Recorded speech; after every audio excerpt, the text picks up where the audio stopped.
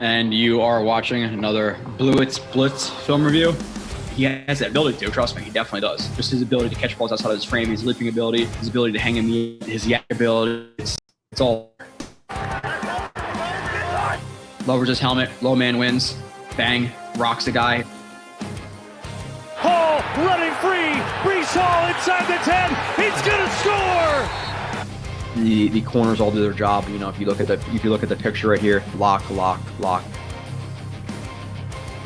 and 1. It's always drilled. What a great defensive play.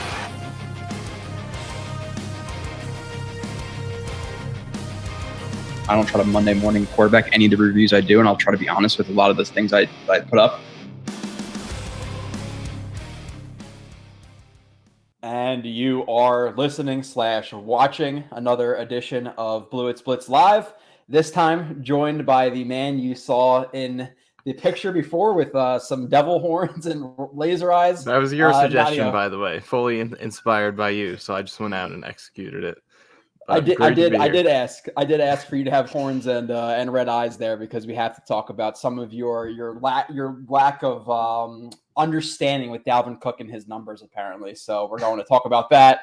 We're going to talk about the Jets drubbing of the Panthers in the preseason game. We're also going to do some hard knocks. We're going to do some camp happenings, offensive line battles, potential trades for people. I saw Kelvin Beachum mentioned today, which is a name I did not think I would be clamoring for the Jets to have in 2023, but I might take it right now. So we'll talk about that. I saw some comments that disappeared prior to.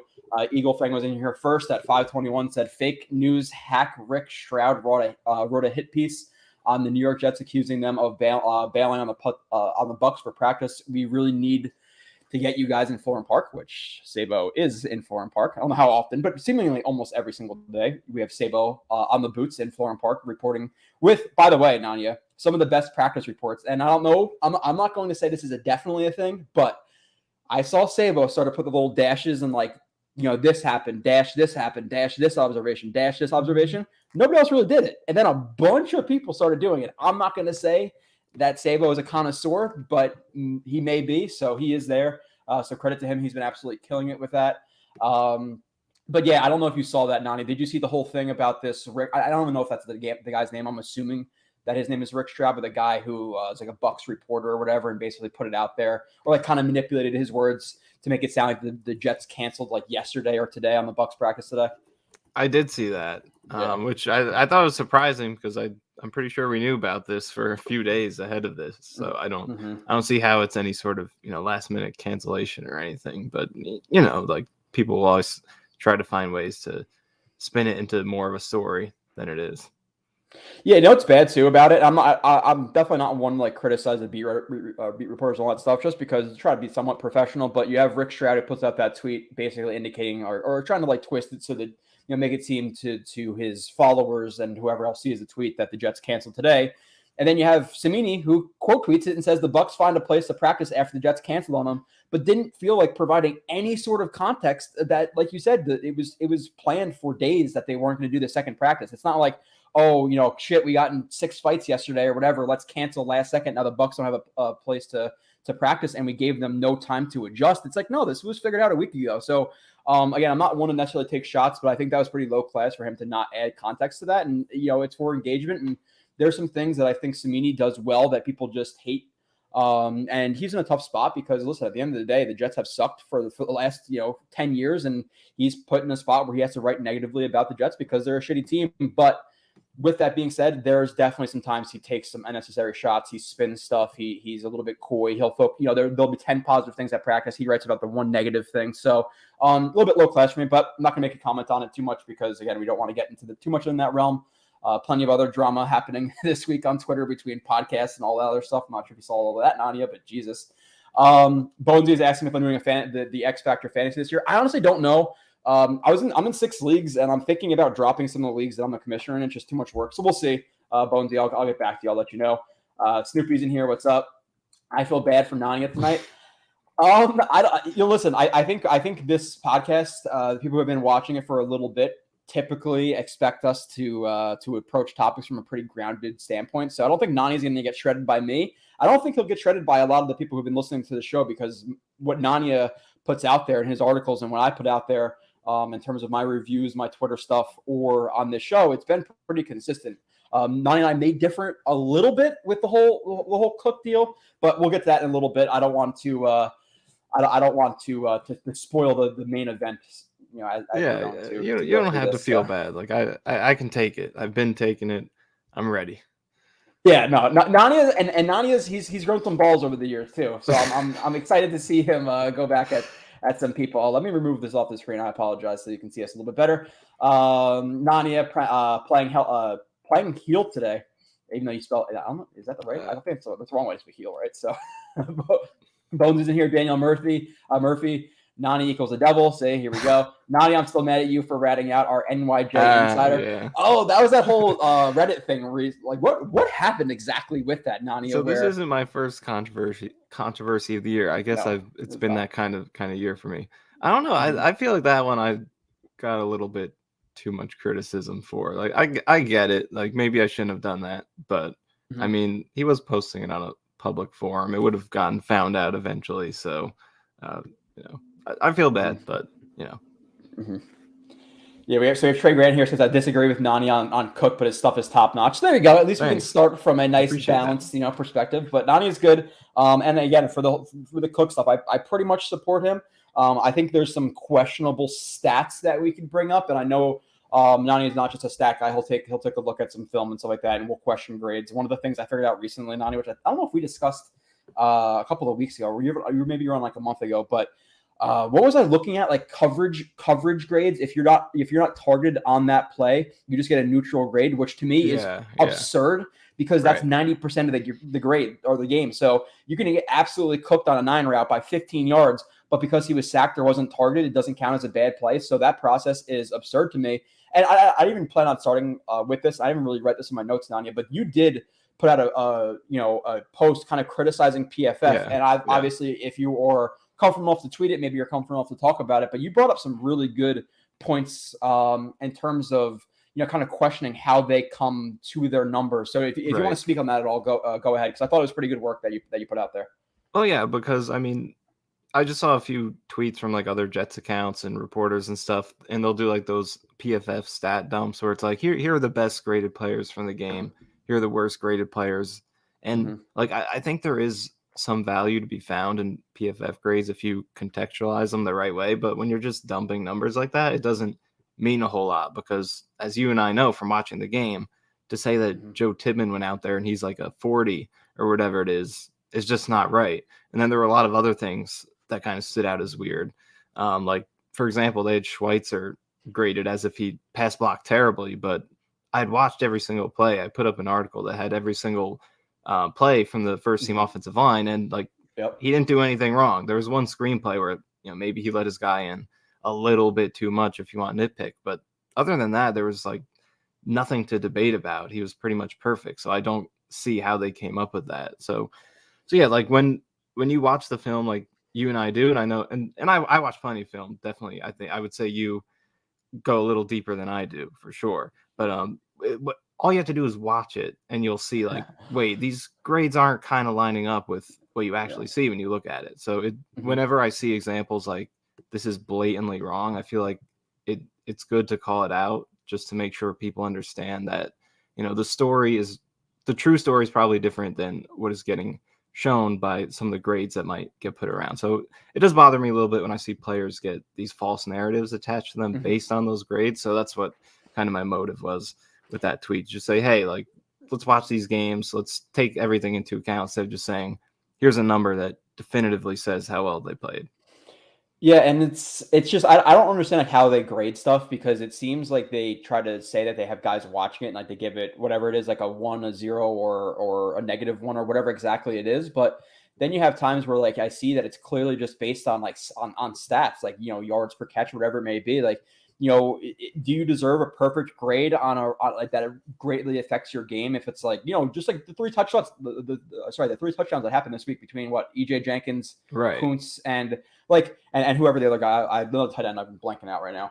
Kenny Yeboah, like, are those good plays for the tight ends, or they just catch the ball and it was Right, blown exactly. coverage? Like I think Kuntz had like an elite grade in this game. It's like, okay, I mean, he had a wide open touchdown, and he had yeah, the one nice catch and run. But like Lawrence Cager last preseason, remember he had like a 90 grade, and he had like two slide routes that were wide open for like 25 yards, but it's because those were only his 2 catches, so he grades out the highest. So yeah, there's a bunch of problems with the grades, but it's just use it, but be aware that it doesn't tell the whole story. That's for right. sure. And like that's something that I think I pride myself on is like I am a stat guy. Like I spend a lot of time looking at stats, analyzing them. I use them in my articles, but I like to make sure that I'm not just saying like, I'm going to use the stats that's going to tell the whole story. I also think I'm a critic of stats, and I like to break them down and say, what's accurate, what's not accurate, what needs to have, this caveat to it. Like, hey, here's what this does tell you. Here's what it also doesn't tell you. Here's something that you can learn from the stat. Here's what you need to watch the film to know. So I think that's something I've really emphasized with using stats, is just not only using them as a way to talk about the game, but also critiquing the metrics themselves and the pros and cons of using them. Yeah, and we'll get to some stats later, specifically with Dalvin Cook and some of the questionable things that stats may lead to that maybe reflect him more positively than he should be, or more negatively. RJ says, Joe, how did Becton look in Carolina? Also, how do you think Will McDonald has held up versus the run? I haven't really watched him like individually versus the run on a lot of reps. I don't think he's really stood out. There was one rep I put up. I'm not sure if it was against. I think it was against Carolina. Or did maybe you see the one in the Panthers game where there was one rep where a tight end just completely dominated him? Other than that, though, I thought he was pretty good. But there was one where he kind of got tight end latched onto him, drove him like at least 5 yards down the field. Other than that, I thought he held up pretty good on the edge. Yeah, I didn't see that play. And again, there's things like, I'll admit that in my reviews, you're watching so many players and so many things happening at the same time that sometimes you don't notice stuff. But there was a time in the Browns game where he stood up that left guard like really, really well and held his ground and shed him. And obviously the ball didn't go there, but it was a really nice play if the ball were to go there. So the process was very good. The result obviously was the running back cutback and wasn't necessarily, or Will McDonald didn't end up being involved in the play, but still good. And then Becton, his 7 reps versus the Browns were very, very good for the most part. And then in Carolina, I thought he looked pretty good. Pass pro was better than his run game. In the run game, I was still seeing some flat angles, and there were some things that he was doing that he did similar to Louisville. And even in his rookie year, there's some times where, again, a little bit too flat. There's sometimes he crosses his feet in the contact window that I don't want him to, or I want him to see him a little bit more attached to the ground. And then again, one of the things I definitely brought up in his rookie review, or prior to coming to the Jets, is he tries to launch guys instead of like latching and getting that quarter turn, like I say, and climb the tree, get off your insteps of your feet and work them up the field and get nice tight elbows. Instead, he tries to launch guys where he's looking for the big play where guys will be able to flatten out or avoid him trying to launch, or he gets a little bit off balance because of it, and they get it on the play. He had the one down block where he missed the linebackers because he overcommitted to the down block, or to the combo on the first level, but overall pretty good. And at the end of the day, just like I said versus Cleveland, and I'm sure you're going to say the same thing. And obviously, we're going to talk about the Panthers game, and feel free to lump the Cleveland game in as well, Nania. But with the Browns game, I was like, yeah, look, he played seven snaps, all look great. But at the end of the day, before the Cleveland game, the thing we all wanted to see was him play 20 to 25 reps, just like Salah said. And he played 7. So while the 7 reps were good, it was still overall a negative game for him, because he had to come out. Now, obviously, he played more the next week, which is encouraging. He played a little bit more at practice, etc.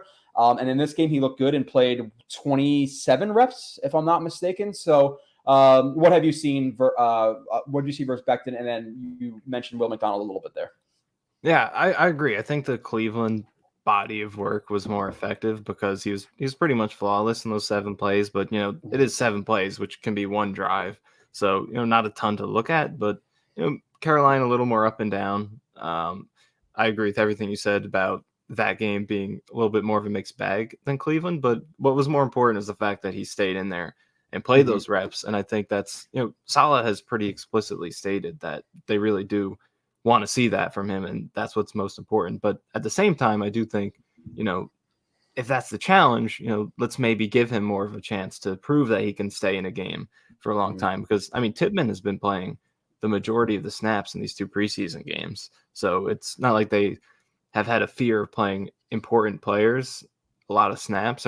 Obviously, Tittman isn't necessarily a penciled-in starter yet, but they've been willing to play him. So I think they should, they've ramped him up so far. I would like to see in the next 2 games have that challenge of, let's see how far you can go. As much as you can do, go out there and do it, because we're a few weeks away now from potentially you needing to be able to do that, and we have to know if he's capable of it. So I would like to see him push through and get some more snaps. But I think the performance has been good. Preseason competition, you want to see him play well against those guys, and I think for the most part he's done a solid job. Still some things to work out, but he's done solid. And I also put in that play I was talking about. I don't know if you saw, I shared it, but the Will McDonald play I was talking about, if you want to look at that. I don't see it on my screen. Where'd you share it? I tried to share it. Yeah. No, on the StreamYard. Can you see it? No, I can't. Okay.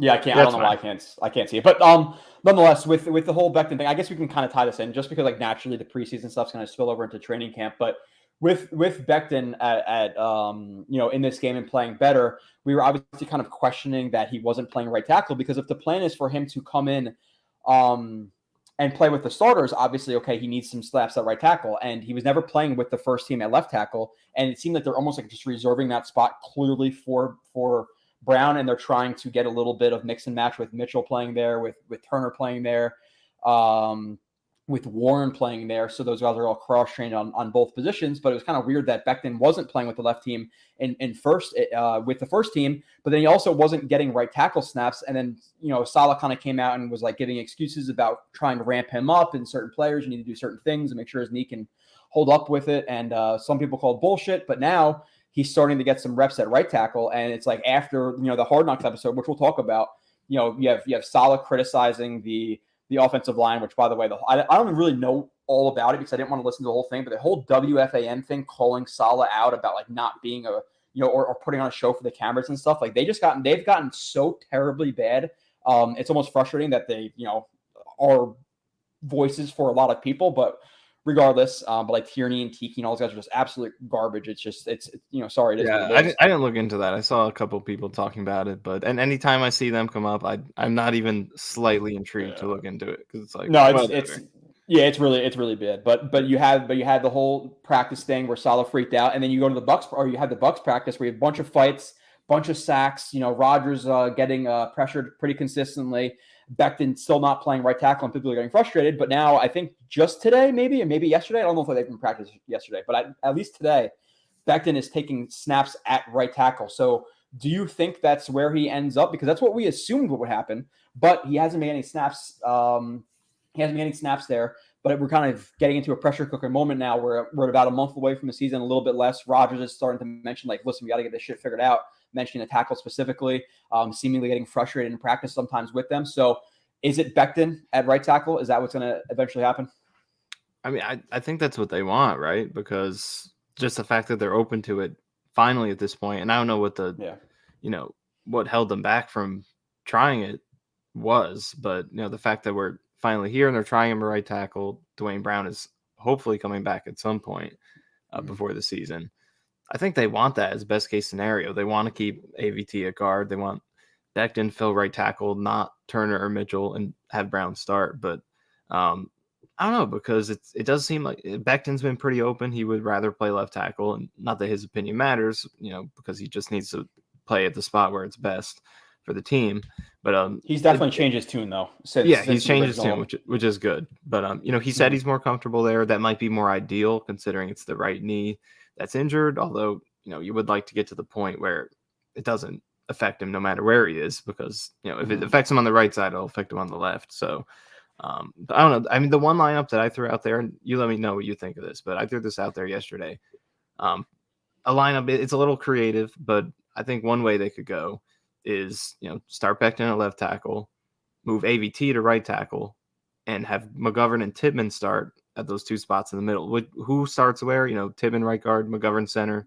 Mm-hmm. That depends on what the team sees, but I like that idea because I don't want Mitchell or Turner starting. And then Dwayne Brown, I mean, I think you're higher on him than I am, but I'm not super high on him starting either. 38 years old. He's going to be fresh off surgery by the time the season starts. Hasn't really taken any reps with the new quarterback or the offense yet. He struggled last year. I know he was playing through the shoulder. But I'm not sure he's an ideal starter at this point. He could be, but there's also the chance that he just hits a wall and is really bad this year. So I'm not super high on him. So I think if you're willing to move AVT to right tackle, and if you're willing to put McGovern or Tippmann at guard, which I think both of them are capable of doing, then that's how you can get your best 5 out there and avoid having one of those other guys out there who might not be an ideal starter talent. So it takes some maneuvering to do this lineup. I don't know if you would be open to doing that, but I feel like that is something they could do to get the best 5 out there. Yeah, it's definitely loading. So you're talking about 5 positions. To me and Saleh, I don't know if it was the interview today or maybe smoke alarm another day. Hopefully Nania's house is not on fire. Is your house not on fire? It's not on fire. It's not on fire. Okay, yeah. If you need to go handle that, go ahead. I don't know if you can hear me in your earphones if you walk away, but yeah. So with that, the only thing is like Saleh mentioned it again. Maybe it was today where he doesn't really want.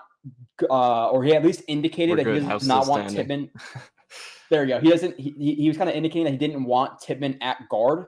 So I don't know if moving or keeping, Brown out of the lineup to have Becton at his natural spot is worth putting AVT to tackle, resulting in Tippmann being the right guard.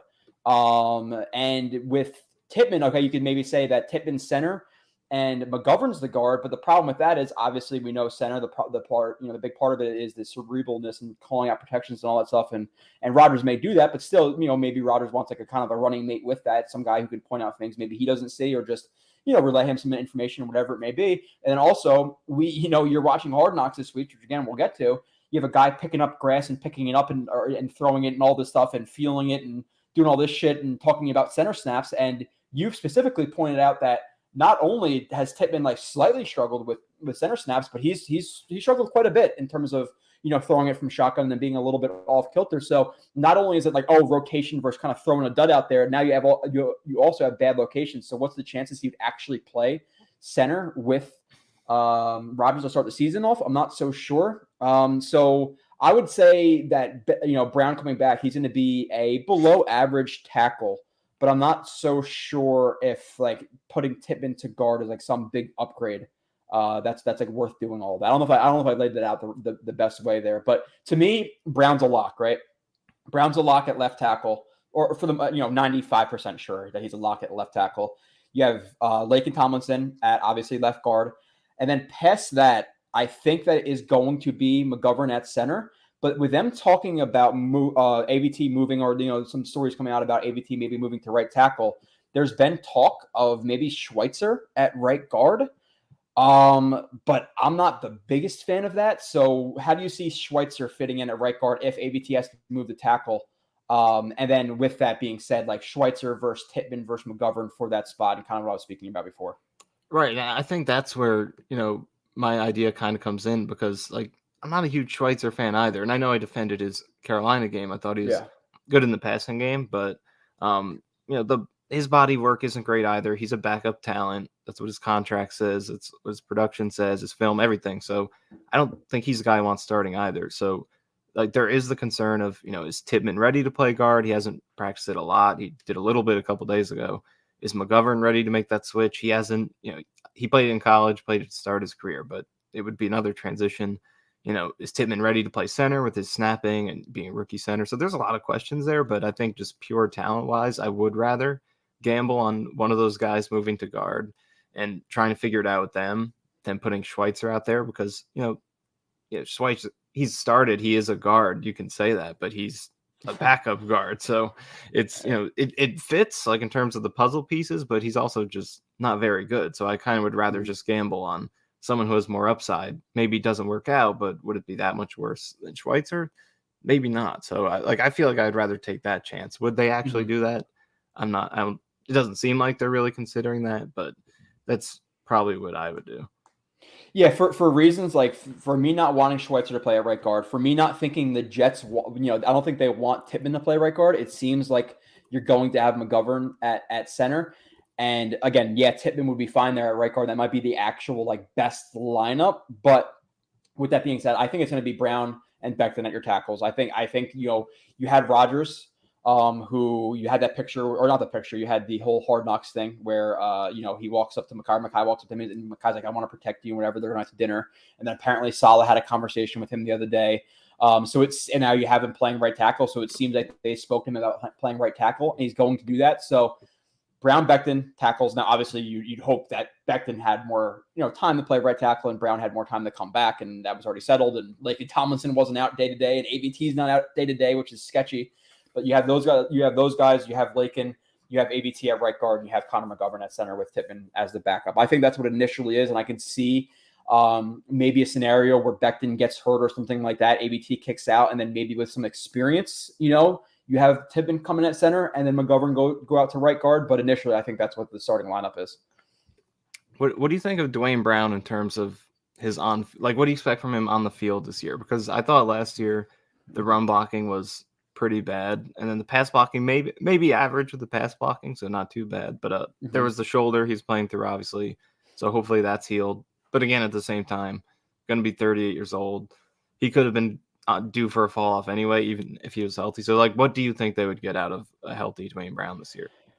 Yeah, it's obviously hard to quantify, but I think he'll be somewhere in the 21 to 25th best tackles in the league, maybe a little bit higher. Maybe 18th, 19th, 20th at his peak. And I think if that's your worst starter on the offensive line, that's not the biggest deal in the world. That's okay if you have a guy who's slightly below average or below average as your starting tackle. So, it's hard to kind of imagine exactly how much it was affecting him. I could say that I could barely lift my arm when I tore my labrum, which obviously close to your rotator cuff. So, the slightest differences in elite athletes' performance could be the difference between a sack and him completely stonewalling guys. That slight hesitation in the shoulder, or maybe not putting as much into a block or something like that. So, how much was it really affecting him? It's something that we won't really ever be able to know. But I think he'll be slightly below average, which I think is fine. I think Laken's going to bounce back at least slightly, right? He can't be as bad as he was last year. McGovern, I think we've been pretty steadfast in saying he's about an average-ish center, which how Schweitzer gets more money than him in the open market is just baffling to me. I have no idea how that stuff happens. And you have ABT, who I think is an all-pro, and I think Becton, if he's just starting right tackle all year, I think he's going to be well off. He's going to be an above-average right tackle. The problem is, if you had to bet on him, Nania, and I don't want to spin this into negative, because I know it's going to take probably more of a negative spin, but even if Becton continues to progress and he's seeing some tackle, some reps at right tackle, and he plays 25, 30 reps in the next 2 preseason games, and it's all looking good, how much are you realistically expecting from him this year? An over or under, if you had to, of games played for Becton at right tackle. And with all this stuff we're talking about, we're talking about the most ideal lineup. And then we're going to talk about going and getting guys in trades. It's not only this is the ideal lineup, but then also with that, again, you have ABT, who's been out a couple of practices. Is it something to be concerned about? Probably not. But then Laken's out for a couple of practices. Is it something to be concerned about? Probably not. But you still have Brown out. You still have Becton fighting the knee thing. So there's a lot of questionable things going on with the offensive line. So. Yeah, I mean, it's just it is hard to feel confident that you're going to get a lot of games out of him, because even in the rookie year, I forget how many games he officially played, but out of the ones he did play, he left in the majority of those games. He doesn't have a lot of 100% on that 2020. If you look at his snap counts that year, so even then, I pull it up right now. So he played 100% of the snaps in 8 of those games. He played in 14, but he left for at least 1 snap in 6 of those. So he was always in and out of the field even back then. So it's just, we don't have the evidence yet to say that we feel confident he could play even 4 full games in a row. So that's why I would like to see him play the next 2, as many snaps as he can go, because I think it's worth it for him just to get that confidence as a team that we have seen you play a full game. So we feel like you can start a game, because right now it's all just hypothetical. So I would like to see that. But if he was able to play, if he played 12 games, would you be happy with that at this point? Right? Yeah, I'm taking 12. I think that's more than his rookie year. It's it's more than his rookie year in terms of him playing, if he plays 100% of those reps. 12 full games, I think you would be pretty happy with that. So with that being said, even in the best case scenario, we still have a guy who's going to play, let's just say half the season. At this point, do you think the Jets are actually exploring guys to add, or do you think Saleh kind of indicated something to like they have a trick up their sleeve or whatever it may be.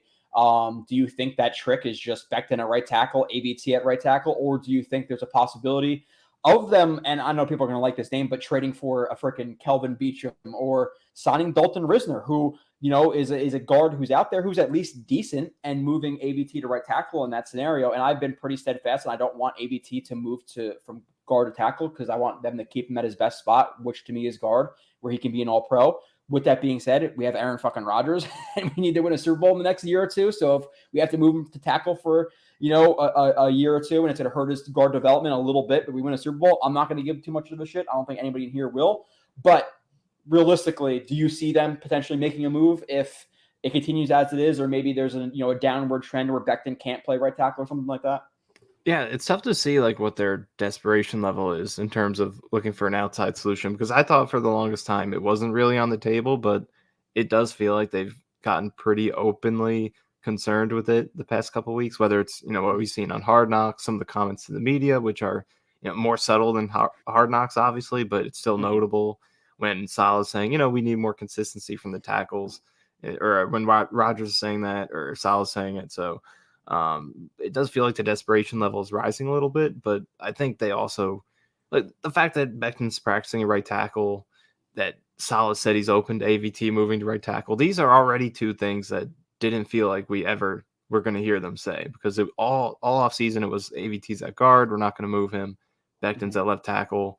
So just the fact that we're seeing these things already kind of feels like that's them going outside of the zone they wanted to initially. So I don't know. I mean, what do you think? Like, if you were to put a chance on it, let's say like things continue progressing as they are, there's not anything crazy that happens that makes you more hopeful with the current options. Like, what percentage would you put it that they sign or trade for someone?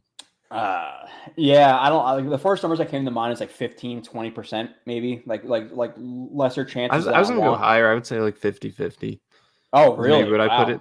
I mean, maybe that's kind of high, but I mean, I don't think it's like close to guaranteed or anything, but I could see it on the table. Like if, Becton doesn't show significant durability, like log those preseason snaps, play great at right tackle. Maybe there's more nagging stuff with AVT and Tomlinson. Brown doesn't get back. You have all this stuff going on. Turner and Mitchell don't play better. Like I could see it, but I just don't feel like it's a super high chance, because for whatever reason, it does feel like they really want to make it work with what they have. Well, if what you were just saying happens, if Laken Tomlinson's still battling some nagging injuries for the next couple of days or weeks, or whatever, AVT, same thing, Brown, same thing, then okay, maybe it greatens the chances. But I just feel like sometimes maybe they're a little bit too like confident in their guys, and like they'll be like, oh, okay, it's okay, just play right, Wes Schweitzer at right guard, and that's so kind of sketchy to me. So we'll see. But I think them adding, whether it be freaking Beachum and like Beachum's gonna get shit, but like he's an okay tackle. And I think if I could tell you, or even slightly below average tackle, if I can tell you whatever this scenario is, minus AVT playing at right tackle, because if I'm going to tell you AVT is going to play right tackle and you're going to get below average play, you'd obviously be disappointed. But I told you, hey, AVT's at right guard. Our right tackle position is going to be a consistent player who's the 22nd best right tackle in the league right now. You'd probably take that, right? Yeah, for sure, because the floor is just, it's low right now. Anytime Turner or Mitchell's in the mix to potentially play, if Becton's in the mix, just because of the durability, which leads you to having a high chance of one of those other two guys playing, the floor is very low, and that's risky for the type of season the Jets are trying to have. So if you can get a guy who, there's no ceiling at all with a Kelvin Beachum or any of those other guys you might trade for, like James Hurst from the Saints is a guy I mentioned, who's, veteran guy, solid, has started. It's not a lot of potential or anything special about him, but he's a, like you said, 22nd or best or better, something around that. You're getting not awful, which is, I think, does have value for this team. No, and I'm gonna lump this into something else really quick, just really quick. But with that offensive line, I think it's a little bit sketchy because, and I think the best case scenario for the offensive line is obviously Becton comes back, plays right tackle, and freaking dominates. Because even if you look at like Risner, like let's say they do add a Risner, you have left tackles below average, right? So it's below average, which isn't the worst thing. It's not terrible. Below average left tackle. You have what is Laken Tomlinson going to be? We're going to hope he's going to be average. But hopefully average.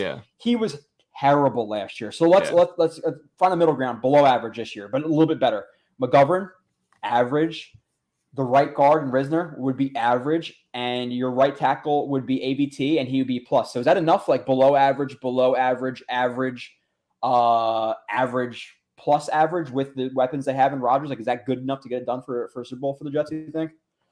I think it is. I just think what's important is not having the weak link in there, because like with offensive line, I really believe that the weakest link is more important than like how good the talent is combined. Because if you have if you could have 4 elite guys, but if your left tackle is terrible, you could throw Von Miller over there all day and he can dominate and change the game. And, you could help him with the tight end or whatever, but then you're opening up another problem where you got to keep a guy in the block instead of being a receiving threat. So I think the weakest link on your O-line is important. So if they have a bunch of below average guys in there, I think they can live off that. It's just being sure you don't have those huge holes in there. Like I think a Turner or Mitchell might be. So I think that's what's most important. Mm-hmm. Yeah. I'm definitely hoping they can figure it out. But with all that being said, too, we have Mitchell playing at left tackle, which is a little bit interesting because he's only really played right tackle. But I think they're hoping that Mitchell can be the backup swing. I don't think they like what they've seen from Turner at left tackle. And past that, Warren was out last game. I'm not sure if he's injured, but I think they're going to hope that Mitchell could be the left tackle, in case of emergency, break glass scenario. But with it all being said, to wrap it up before we get back into the chat and we get into the Panthers game, all that stuff. Do you blame Joe Douglas, for where we are right now? Do you think he should have attacked it more aggressively? Because you have people who say, he's poured a lot of resources into it, which he has. He signed Fant to a bigger contract, McGovern to a bigger contract. He tried with Khalil. He tried with Becton. He traded up for AVT. He tried with Laken Tomlinson. So he's poured assets into it. But at the end of the day, going into the offseason, our right tackle spot was not really filled, right? You had Becton, Right. who was a huge question mark regardless. He was going to be a huge question mark coming into the season. You have Mitchell, who played a few games and was okay relative to expectations, but still for a starter was bad. And past that, alarm going off again, which I can't hear anymore.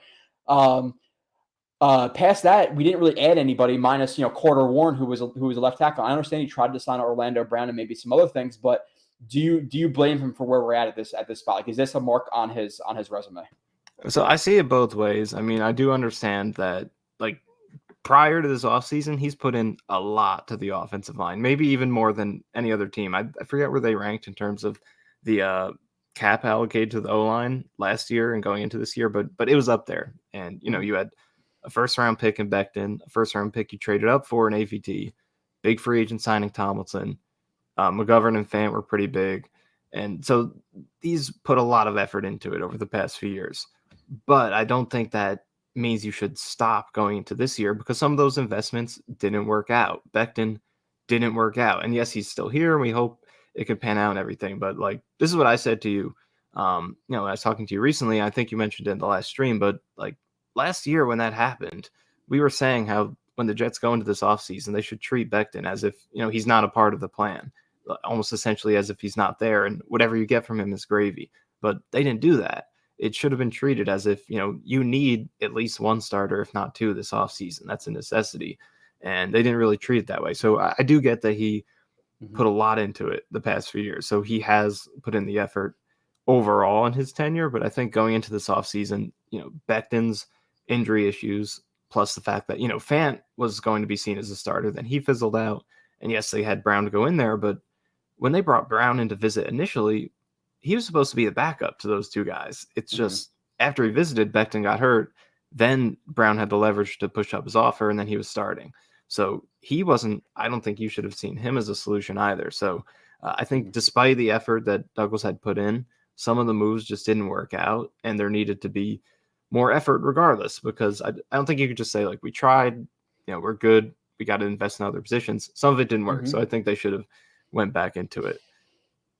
Yeah, at the end of the day, like, listen, I agree with, I would say 85 to 90% of what Douglas does, but with a quarterback like Aaron Rodgers, 39, not as mobile anymore. If you're going for the Super Bowl, I don't think you can rely on a guy who's been out for 2 years and a rookie last year who was okay. Like, that's not enough for me. So with acknowledging that I like a lot of what he does, I think there should have been something done, and maybe there is still something done. Maybe that is Risner, and then ABT moves out, or maybe that's trading for somebody, whatever it may be. But going into a season or going into this season where you're assuming Becton's not going to be healthy the entire year, is Max Mitchell. Does that give you warm and fuzzies? It does not give me warm and fuzzies. It just doesn't. And I know he's been maybe improving in practice, and even the Panthers game to the Browns game, he's improved, but it's still not enough for me to feel warm and fuzzy about him. So we'll move on, though. We'll move on. Daniel Murphy's asking a question about Cook. We'll get into Cook in a little bit again, just as it comes. Becton, a right tackle. Hopefully he does well. Cook pass pro is worse than Michael Carter, and he stinks at pass pro. Yeah, that's a question that actually I think Rivka brought to me recently in terms of just all the and again, we're not going to get into all the whole Cook thing. Cook obviously struggles in pass pro. We know that. I could show plenty of plays with him being pretty bad in pass production. It's bad. With that being said, I do think when he's fully engaged and interested in blocking, he's a little bit better than his numbers may indicate, but there are some times he just looked disinterested. So maybe for Rodgers, he would be more interested. But then with that being said, like, why not be interested with Kirk Cousins last year? And they're like 10-3 or whatever they were at certain points. So a little bit of a concern. Michael Carter's not the best in it. He's just really small. Izzy's not the best in it either. Breece is probably your best, but they're getting a little bit one-dimensional, and they don't necessarily have a power back. So do you see Breece as like being like that third down back primarily? Nobody else can really do it. And then past that, like, okay, it's 3rd and 1. You have to run ISO up the middle. Do you think that's Michael Carter? Is that his role? Do you think he's the best in that scenario? Because, Michael Carter, not Michael Carter, Izzy's not the best in those scenarios. Dalvin Cook's, he's definitely not the best in the goal line. He's good at other things, but his feet stall on contact, so he's not good at that. Breece is okay, but like where are we at in pass pro in terms of the running backs? And then, short yardage situations without obviously delving in too far to Dalvin Cook. I mean, I definitely feel like that's a concern because, like, as Mr. Bonesy mentions, like Carter he struggled a lot in pass protection already. So you already have him that you're concerned about. Now you add in Cook. But I'm optimistic about Hall. He didn't get a ton of reps last year, but when he did, I thought he was pretty good. His size is good. I thought he was willing. Weren't many mistakes with him when he had opportunity. So I'm optimistic about him. I'm also optimistic about Knight if he's in there, but Izzy also is someone that you're concerned about with the blocking. So they have some guys in there, and I think it is something to worry about because we know with Rodgers, he's going to be active pre-snap. He's going to bring guys in to protect if he sees a blitz is going to come. I think, everyone has to be ready to block if they need to. So it is important at running back, and they do have some guys in there who struggle with it. So I think it's minorly concerning, but I think short yardage, I do think Breece is a good option in those scenarios. It wasn't always successful last year, but he did have the goal line touchdown against Pittsburgh to win it. That was a really good play. And I think, if you remember 2021, like you would say this a lot, that Carter was, he's kind of an underrated power guy, even though, you wouldn't think it based on his size, the fact that he's he does have better power in the hole than I think you would when he's playing well, when you have that 2021 Carter. So I think he could, be in the mix in those situations. So those are some, I think, fair concerns. You know what? Fuck it, Nania. Let's do it now. Cook. Let's do it. Yeah, just because it's going to come up a bunch in the chat. So yeah. With me, okay. So 1 year, I don't know if this is confirmed yet. $7 million base, right? Up to $8.6 million in incentives, and I don't know all of them. I don't know if you have all the numbers. So I believe it's $400,000 for 1,250 rushing yards, and another 400 if he has 1,500 scrimmage yards. I'm not sure the other numbers or if you have them. With that being said, is that an overpay? Plainly, 1,000%, it's an overpay. Okay. Next topic: are we a better team with Cook today than we were 2 days ago? Probably. I'm not going to say 1,000%. Probably. Most likely. They added a good player or a decent player who may or may not improve the team. Let's just say he does. Let's go on that avenue. With it being an overpay, as long as it doesn't prohibit them from doing anything else this season, then it won't be frustrating. But now if this comes between them and signing a Dalton Risner or something like that because they gave Cook too much money, I will be frustrated because it's an overpay. But at the end of the day, again, it's a 1 year deal. If you're not planning on doing anything else, it is what it is. But overall, and we'll get into like maybe the little nitty gritty stuff about the signing. But initially, your thoughts on the numbers. We'll get into the negatives, the positives. People who just absolutely destroy you on Twitter because they could type in stats. Okay, 1,100 yards, whatever it was. Look, he got this last year. That means he's really, really good. So just baseline, what are your initial thoughts on signing him? Obviously, as a person who was not a fan of doing that. Well, look, I think first of all, I want to be clear. Like, I'm rooting for him. I don't care about backing up my opinions or being right or any of that, because like I've been wrong plenty of times. Like, we don't have to talk about 100 reasons to believe in Sam Darnold anymore. So there are plenty of things like that out there. Doesn't matter to me as long as I have like a good process of coming to my opinions, like how I get there. I'm okay with the result after that. So I'm rooting for him. Main priority is wanting the Jets to win. Don't care about being right. I hope that he has a great season, and we could retweet all my old stuff and say like, wow, what is wrong with you? Hopefully we can do that. With that being said, when I saw the number at first, it definitely shocked me. And like, that was probably the tweet that got the worst ratio. It was a pretty bad ratio. It was something like 180 replies, like 200 likes, pretty bad. So that's rough. But yeah, like I saw that number and I was like, wow, that's pretty high. I was thinking more like 5 or 6 or something like that. I know Elliott got 6 shortly before that. So it was definitely high too, right? That's crazy. Because like, I'll criticize Cook, but give me him over Zeke. He has no juice left unless he's playing center. I think he's pretty good there. But yeah, it was high at first. But I do understand. Like, look, Aaron Rodgers just took a giant pay cut.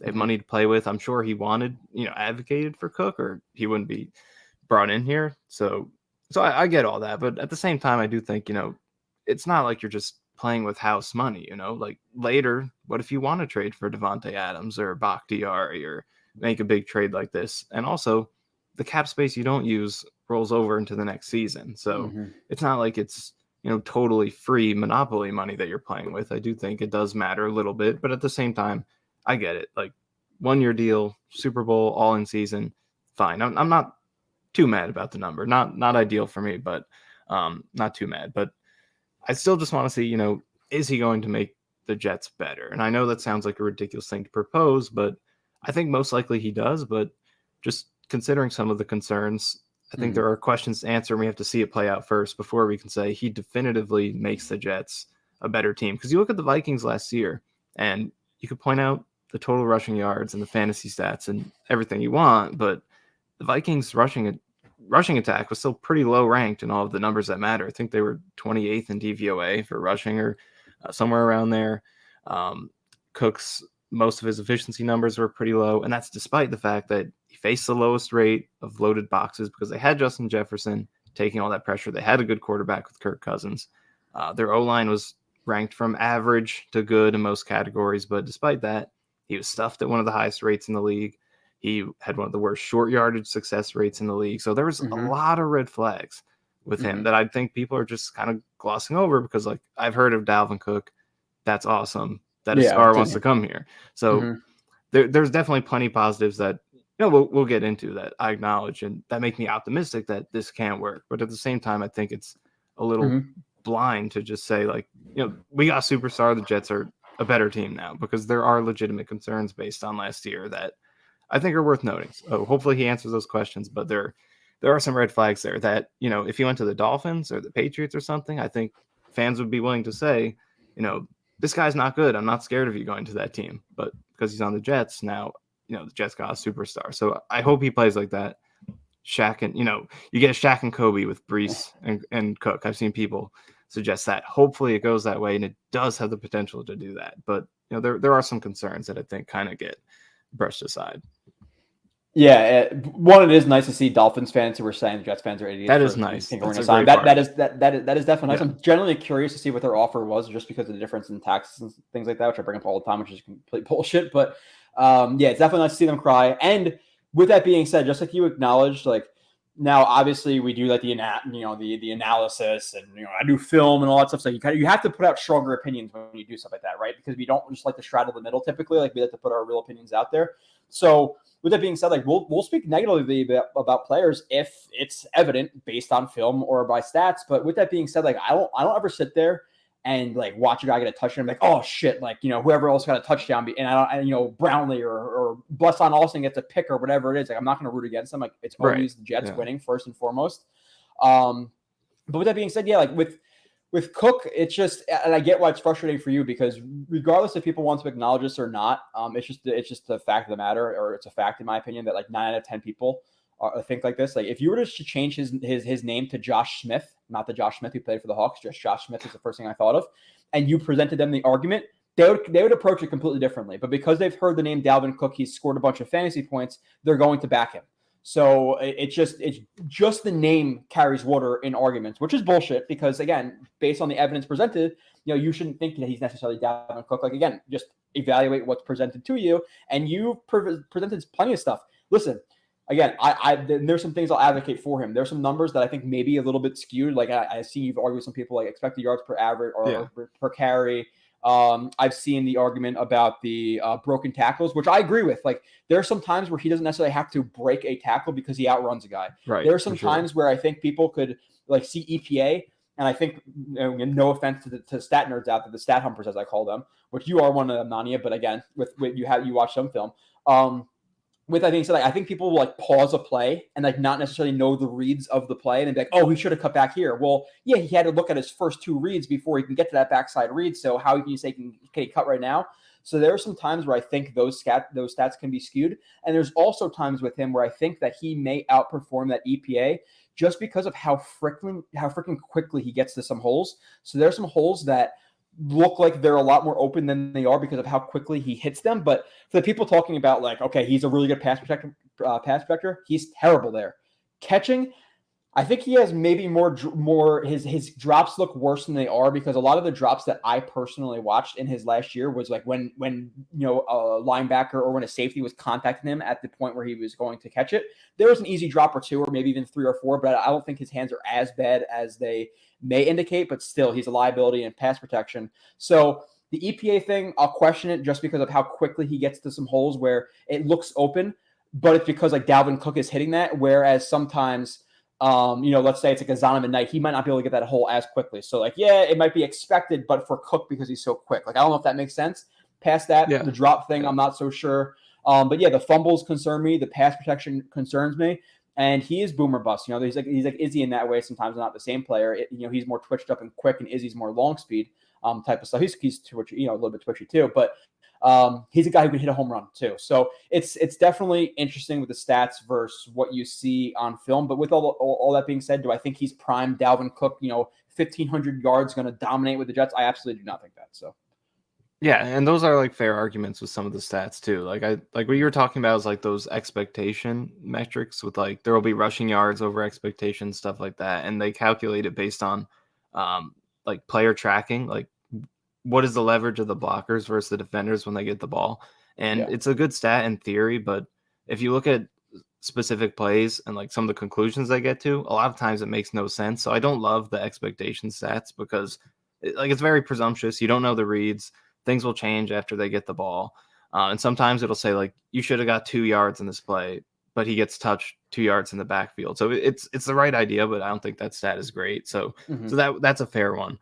Some of the other stuff in terms of like broken tackles, that's another good point because Cook's game is like very speed based. So he doesn't always have to make a guy miss, like juke a guy out, truck him, things like that to win the play and get those extra yards because he has that long speed. So I do think he suffers there.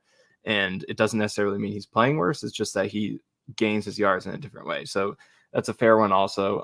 But I think some of the things that I saw from watching him, I don't know if you saw this, but like I feel like he wasn't finishing as strong last year at when he got tackled. Like I feel like it's wherever he gets met, like he's down right there. He doesn't get those 2-3 yards. There's no push. There's no breaking arm tackles. There's times where like in short yardage situations, there's no leg turn at all. Like he just completely stalls out on contact. So once he got contacted, he's down. Right. And he does lack some creativity in the open field, and that's something I've criticized with Izzy a little bit. And obviously he had that spin move and stuff, but overall still there's sometimes like moving laterally, he's not the most creative. And same thing with Cook and like Cook, like people say he's like really good at vision. His vision is super spotty sometimes. Like there's sometimes where he'll hit a hole, he'll press the opposite gap to move a linebacker, then hit the hole. Really good vision, really good awareness, all that stuff. But then there's times like he's cutting into his own offensive lineman. He's cutting into tackles. He's completely missing cutbacks. So he is very, very just spotty. And even with like the stuff in the pass game, I know I'm kind of going off topic here a little bit back to like the pass game, but like, do you want him out there on third down because he might blow up? He might get Rodgers blown up, and his hands are kind of bad. But if you take his speed and you isolate him versus linebackers, like if you take him on an angle route versus a linebacker, like watch out, because that's something I didn't really see a lot with him with Minnesota, was him getting isolated versus linebackers. And you saw that the Jets split out, I think, Breece Hall today. Maybe they have an idea of doing that with Cook, but versus man looks, there's not a lot of linebackers who can keep up with his twitch. So maybe that's something the Jets do explore, but he's so volatile. But go on with your point. I'm sorry to kind of kidnap it there, hijack it. Yeah, no, I mean, like that kind of leads into some of the concerns I have, because like you can talk about the stats all day, but I really did want to make sure to look at the stats and then turn to the film and say, okay, is this validated? And then in addition to that, which parts of this are on him, which parts are on the surroundings? Because running back is a very dependent position. Like there are so many other things that affect the numbers they put out versus, I mean, every position in football is like that, but that's probably the top position because, it's so O-line dependent. So I saw some of these numbers, like he had the third highest rate of stuffed runs last year that went for 0 yards or less. His short yardage was the second worst in terms of 1 yard to go. So, I saw that as like, is this on him? Is it the O-line? And I watched some of it and I'm like, a lot of this is on him, whether it's the vision, like you mentioned, or just the lack of finishing power that he had last year. There were a lot of those stuffs and failed short yardage that did look like it was on him. And I did put some of those examples in film clips and some of the Cook articles that I did. So there are some concerns. I think it's fair to say that, it's not guaranteed he's going to make the Jets better. He absolutely could. And we can get into the positives right now if you want. But I don't think it's 100% because we've done some criticizing, but there are some things I am optimistic about. Go ahead. Yeah, I talked about the quickness. Like he has elite twitch, his like lateral pop, his ability to just keep his footwork really, really reduced and react on the drop of a dime is really, really nice. His acceleration is top notch. His ability to hit holes with speed is top notch. I would say his long speed's solid, not top notch, but still pretty good. So there's still some good there. And like I said, I think he wasn't taken advantage of in terms of his ability as a route runner. I'm not necessarily saying like, oh, he runs really clean routes, but just his twitch, like even if he runs them with bad technique, could still be really, really good. So he's a home run hitter, I think and some other things I said. So I think that there could be a scenario where he bounces back and with a reduced role with 10, 15 carries in some games, or maybe some more, maybe some less, that he could find his old kind of ways and maybe break some more tackles, one-on-one situations, break some more arm tackles, fall forward. Because at the end of the day, like this is what we talk about with Dwayne Brown and maybe even Michael Carter last year, because to me he just seemed injured. Like, and yeah, at the end of the day, okay, if you're put on the pads, just go out there and play 100%. Sure, that's easy to say. And again, this is me more taking like the put on green goggles here. It's like, how much yards per carry are you going to expect for a guy who, well, he does run high, but is he running high and not putting his shoulder down because he hurt his shoulder? Like, how many guys are going to truck and fall forward if your shoulder's hurting? So that's a question there as well, if you're going to be more pro Cook. But I've talked about quite a bit of his positives and what I see, Nania. And obviously, you're the devil, you're the guy with the red lasers, you're an asshole, all this stuff, nothing, you're a nerd, mom's basement, all the stuff you've heard on Twitter. So give me the positives. You need to avoid some of those people, give them some happy thoughts about Dalvin Cook. Well, I think, like you said, the home run potential is really intriguing. I think he still has as much home run potential as anyone in the league, and especially right up there with the guy he's joining in the backfield with Breece. I think between those two guys, there's like, I wouldn't put it up and immediately, because of the concerns we said, I wouldn't immediately say best backfield duo in the league. Again, could be, but let's see it first. I just want to see it first. But what I will say definitively is I think it's the most explosive duo in the league. The top end speed and ability to hit those home run plays between two guys, I don't think anyone else can match that, because even last year, in a year where there were some concerns, that he was still doing that at an elite level. I think Next Gen Stats had him at the third highest max speed reached by any running back last year, which he hit on that the Bills touchdown, which was 81 yards, I think. And then Breece was second. Kenneth Walker was first. But you have two of the top three guys in terms of speed for running backs last year, just pure raw speed. So that is a huge plus. And adding Izzy to that. So. Adding him to that could definitely be a candidate to be at the top of lists like that. So the speed is off the charts. And the breakaway production that he had last year was still really good.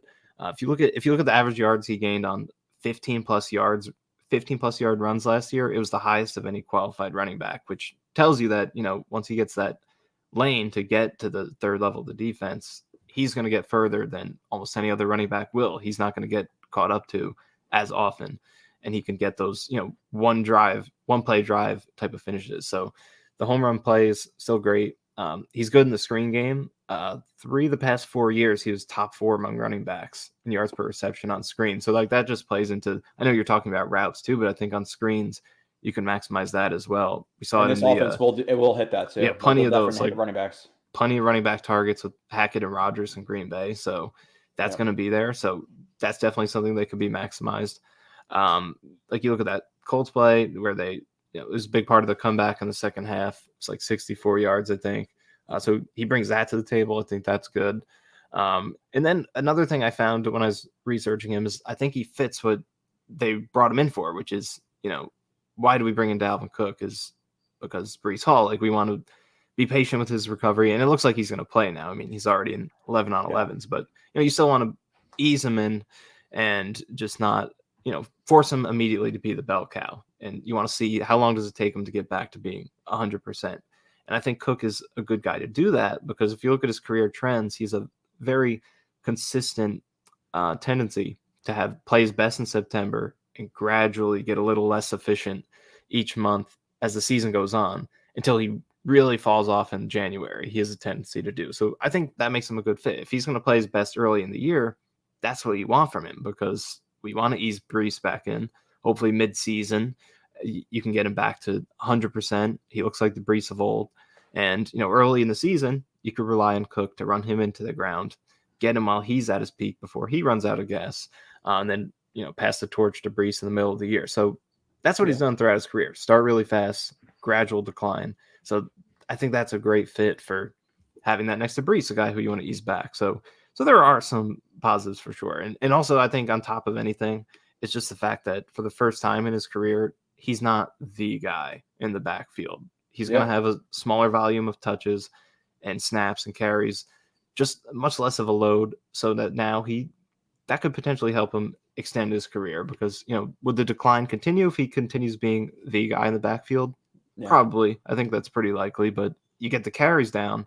Now he can maybe get some of that juice back that he would be missing versus when he was, the number one guy for Minnesota every single year. So yeah, there's a lot to be optimistic about. I think this can work out. I'm hoping it does. Mm-hmm. And, now that he's here, I'm going to be rooting very hard for it.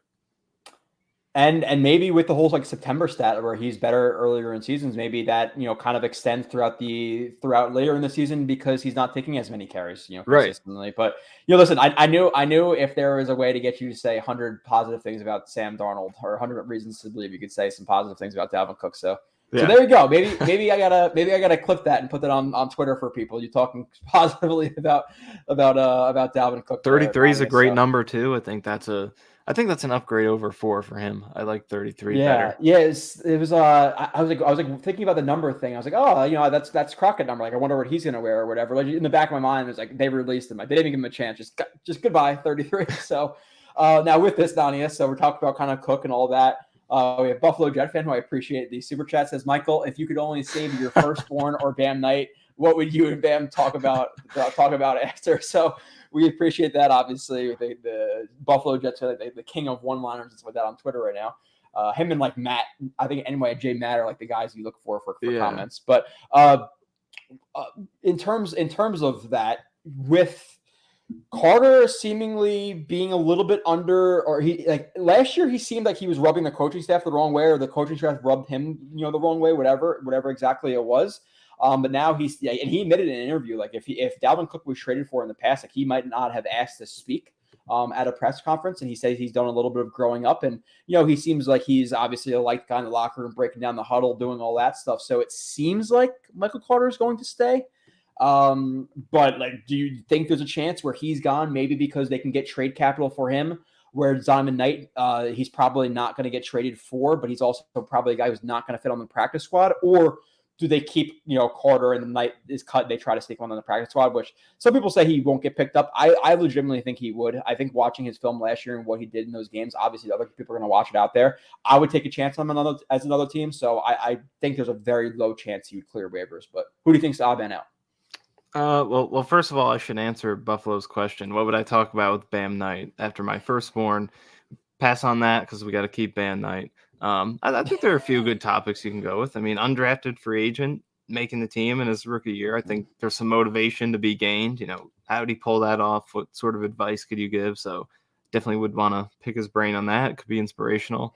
In addition to that, I mean, he's a North Carolina guy. I live in North Carolina, so maybe talk about his favorite restaurants and stuff. Did he ever actually watch Flintstones? I don't know that as well. So I mean, there's some good topics we could have, but So yeah, in terms of who would be the odd man out, I think it would be Bam, because Carter has a draft pedigree, which is an advantage because teams are going to favor the guys they drafted generally. It seems like he's a more prominent locker room presence. And then also he has the full season body work in 21 where he showed potential versus Knight, which admittedly, it was only 3 games where he had that proven production. So I think that also is an edge for Carter. So I do think it's going to be Knight, unfortunately. But where I feel like he's going to go if he leaves, he seems like a Patriot to me. He seems like a Patriots running back. Patriots running back. It's kind of like a gritty, can contribute in the passing game a little bit, not like a super flashy player. That seems like a Patriots running back to me. That would hurt. I like a lot of what Knight did last year, and the hope is that maybe he sneaks to the practice squad. But Daniel, so we have to run to the chat, and then we're going to the Panthers game, and then we're going to go with some other stuff really quickly. We're going to run through the chat. So I'm sorry if I'm going to skip any of you guys' stuff. I'll just read the stuff that sticks out. And I wanted to mention this in terms of just me seeing that Nania's article pop up. I actually want to read it later, but just read Nania's article on Corey Davis, which you just put out today, Nania, I believe. Can't wait for CD to have a breakout season. And I've been seeing some people, just in general, talk about CD, he's going to be wide receiver 3 or wide receiver 4, which to me is crazy. I could see an argument for saying CD will be wide receiver 3 in terms of targets because you have Allen Lazard there. Okay, I understand that. To me, there's no world where if Corey Davis stays healthy, that Harbin or Cobb get even close to his targets. So to me, he's the second best wide receiver on the team pretty easily. But would you put in that article, and what do you think about his role? Do you think he's going to be, receiver 2, 3, 4? How do you see it playing out? I think he is going to win that wide receiver 2 spot and establish himself over Lazard. That's really what my article was kind of pitching. And I think the reason I believe that is I feel like Rodgers complements the things that Davis does well, and Rodgers does most things well at the quarterback position. But Davis, I think what you like the most about him is his ability to win over the middle, use his size on some of those in-breaking routes in traffic, and then also his yak on those throws, which is something he's generally been pretty good at.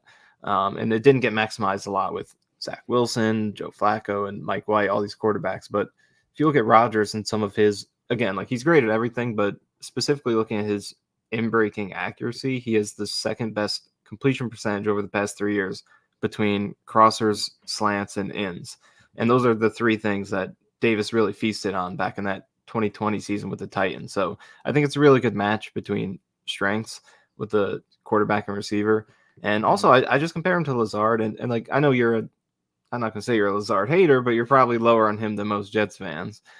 His hands are just all it is his hands are some of the worst hands I've ever seen. That's all it is. His hands are just god awful. And if you think that, you're going to watch Corey Davis and then people are coming in here and saying that Lazard is better and he has better hands, you are sorely mistaken. Lazard's hands are very, very bad. But and that's the thing that's concerning because he has high drop numbers, just like Davis did the past couple of years. But the quarterbacking influences drops because bad quarterbacks are going to throw more passes that are a little behind, a little high, and then you're going to get drop credit, but it's really not a great throw. So if you're getting credit for a lot of drops and you have Aaron Rodgers, it's pretty concerning versus Davis. He had a bunch of drops suddenly go up with Zach Wilson, but before that in Tennessee, when he had decent quarterbacks, he was pretty decently low with the drops. Still had some, but he was decent. So you compare that, and then him and Lazard put up the same numbers the past couple of years. So I feel like Lazard had Rodgers, he still has Rodgers. Davis had the worst quarterbacks, now he has Rodgers. So I'll take Davis. And I'm not saying this is every single drop, because there are drops where Lazard has to adjust his body and it's a tough catch. But there are drops where he's wide open over the middle, it's a drop, and then you have people criticizing Corey Davis. And I always bring up that play versus the Broncos, in Zach Wilson's rookie year, where it's a corner or whatever, it wasn't out. And the receiver or the DB mugged him, And yeah, he technically got hands on it, but it'd been a very, very good contested catch.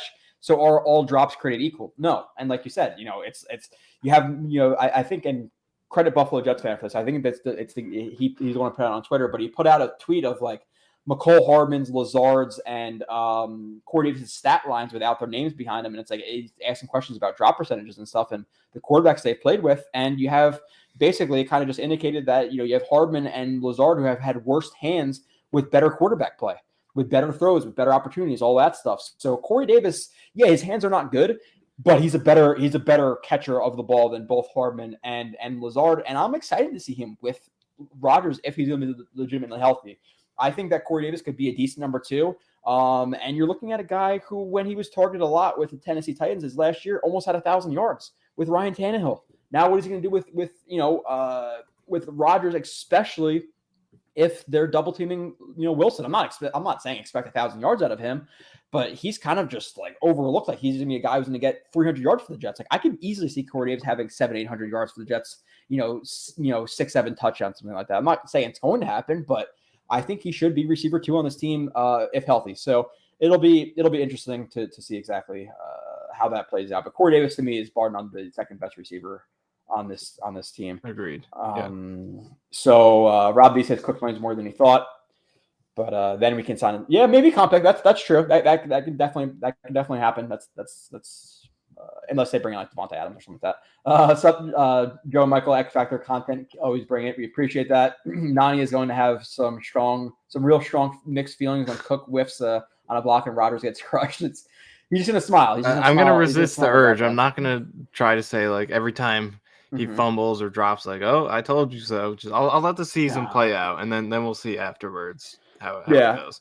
While I scan the chat, something I want to mention just in terms of we already mentioned the Dalvin Cook thing. Breece Hall was in practice today, and he's making some cuts. I don't know if you saw the one doctor. He like quote tweeted it on there where he's basically saying like, "Oh, this is a lateral cut off the same knee. It's looking really good for week 1 if he's making this cut already." So positive news. You have Cook who traded for him. We're all like, "Oh shit," is this an indication that Breece may not be ready for week 1 or whatever it may be?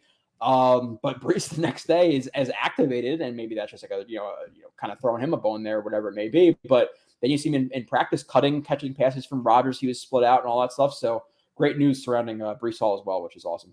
Yeah, that was awesome to see. I'm not saying it's faster than I expected, but just the fact that he's out there in 11 on 11s already is pretty good, and no pads yet. So hopefully he's able to get out there once they do. But yeah, just the progress has been really smooth. It's gone as hoped really throughout the entire process. I know they dropped the trailer for that Breece documentary. That should be cool to watch. So yeah, it's gone really well, and it's hard to truly judge. Like, does he look fast? Does he not look fast? You know, without seeing him in a real game. But as far as we can tell, it does. There's no visible indication that's like, I'm not 100% sure if he's back. It looks as good as it can right now. So we'll see how it goes. But to this point, it's gone pretty seamless. Yeah, I'm excited to watch exactly what he does because I think he could legitimately be a top 5 running back in the league. So Becton is basically like Jordan Whitehead of OTA. I'm not sure what that means exactly. What's up, Busted Knuckles? Again, I'm going to run through some of these. Sorry if I skip on any of your comments. Becton or Becton or AVT at right tackle, no other option. Yeah, I'm completely with you. If it's not one of those scenarios, we're in trouble, Rivka. So I'm 1,000% with that. It was dumb not expecting Mitchell and Turner to be this bad because this is how they played previously, 1,000%. Now, obviously, you're hoping for Mitchell to take steps up because rookie to second year to third year to fourth year to fifth year, you're going to improve. But I'm not banking on that in a Super Bowl season, if you get what I'm saying there. So, and also just like the off season, like unfortunately, he had to deal with the health issues and stuff that could be affecting the fact that it doesn't seem like he's developing as much as you would hope. Sorry, Ben Buston was in here. He said fire alarm going off because of that shirt Nania is wearing, which I saw it says Aaron. I just don't see exactly what else it says. There you go. It's funny. I was going to look for my I guess I donated it. I don't really like burning stuff because there's somebody out there who needs it, but nonetheless, getting off the soapbox. I was looking for my Jamal Adams jersey today. I was just gonna rock the 33. So I'm like, it's my Dalvin Cook. But just grab a piece of paper and tape it on the back. I know I donated. I already did. I got mine too, so I should do that. I did that already. I also have my Elijah Moore, which I could change to Rodgers. I was going to do that, and then I bought like a $45 China one, and then I was also going to I did Pennington from Holmes, from putting taping on Holmes and putting Pennington back in the day. But let's keep running through. Every team has a weakness. How concerning is it that O-line is ours? Is it our weakest unit? Can the talent around compensate for below average play? Yeah, like to a point. Like it's during the regular season, can you overcome below average play or bad play from the offensive line? Sure. But when it comes to beating the Chiefs in the AFC Championship game, that's where my thoughts lie. Like, yeah, they can get through week 12 with a bad offensive line. But realistically, and while nothing can truly be like Super Bowl or bust, like it's still Super Bowl or bust, right? Like that's what we're shooting for this year. That's the realistic goal. So when I'm thinking about playing the Eagles, the Chiefs, the Bills, am I very concerned? Yes, right. Like I think it should be addressed. At this point, it is bad enough where you could be legitimately concerned, because we could take all the positive. We can say, oh, this is going to turn out the right way. I can also say, again, like you said before, Brown is 38, 39, about to be 40, whatever it is, coming off of an injury, hasn't played a lot. Lakin was god-awful last year. Is he god-awful again? McGovern, okay, he's okay. ABT was injured. Becton, what if he doesn't play? Max Mitchell was a bad starter last year, and he was in. Again, relative to expectations, okay, but overall a bad starter. If all of those guys are more trending towards negative, it's a very bad offensive line in that instance. Now, do I think all of those questions are going to turn negative? No, but could 2 or 3 of them? Yeah, and that's too much for me. So it could be a big enough problem where it could tank the season to me at this point. Because listen, at the end of the day, if Max Mitchell's out there blocking Von Miller or Max Crosby or whoever it is, and he hits Rodgers in a bad spot and Rodgers gets injured, yeah, we're fucked. Like it only takes one play to hurt Rodgers. So I think it's a big enough concern where it's not something you just brush aside and say, oh yeah, the talent can overcome it. Yeah, agreed. It definitely it's one of the worst positions to be bad at outside of quarterback, obviously, because it affects the quarterback, and it could, if quarterback's your greatest asset, O-line affects it the most, I think. So yeah, it could definitely be a detriment. For sure. Rivka says, hi, Joe and Michael. Love watching you guys talk ball. We love, well, I don't know if I've watched you talk ball. I've read you type ball. So articles are killing over there. Check out Rivka's stuff. And people are kind of saying and I saw a comment before, I forget who it was. I apologize, but like Becton playing right tackle, like that's not necessarily ideal, but I'm still taking Becton and him not playing right tackle in 2 years over Max Mitchell playing it. Like yeah. Becton played at Louisville, and if you give him a month to adjust, I think a month is a good enough time. If you're giving him a day or two, okay, like ABT last year, shitty spot. But hey Joe from Jets mess. So I haven't seen him in a little bit, but welcome back. I don't know if you're retired for the offseason, but Jonathan Richter, I say trade Lakin, MC, and Huff to Dallas for Zach. They're not going to take that. If they would take that, sure, Jonathan Richter, I'm completely for it. He did just resign, right? Didn't he sign? Yeah, finally. He just signed, and Lakin Tomlinson is a last year a bad guard for a massive contract. I'm not sure they're going to take that. So, but sure, I would take it any day. Talking Jets with Tico. Check out his channel, boys. How we doing? Doing good. Obviously, doing pretty good. Waiting 3 weeks. We got through the Cook segment, so Nania is doing better, and he has some things to talk about positively. So that's good. Even though we didn't track the chat, I'm kind of scrolling through at the timer. I think we're talking about Cook. I don't see too much bad. So let's keep scrolling through. Non-Cooks, Cook's pass pro is not worse than Michael Carter's. I honestly don't know, because like the thing is, again, when you watch so many reps, you legitimately forget.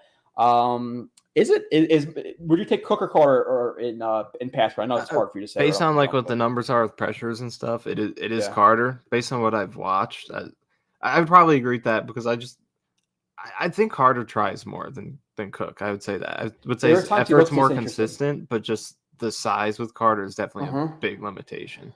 Now, and with that being said, like again, I can put up trust me, there's plenty more bad of him in pass protection than good. But there's times where, like, I'm going to put up 2 plays of him back, and this is what my review actually ends on, which I'll do. I think I'm going to do it. I don't know if I'm going to do it, like, next week, the week after, whatever. Maybe I put in the dead time between the last preseason game and the opening game is when I'll do the Cook review, but we'll see.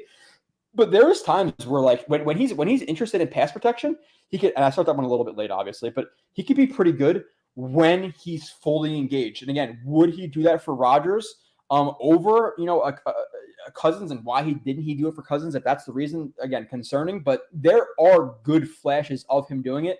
But then there are times where he sees a guy and he almost sidesteps him and just throws his shoulder like he doesn't want to be there at all. So I'm hopeful that maybe he takes a little bit of a jump up with the Jets. I don't know if I'm, again, hoping for something that's not realistic, but let's see.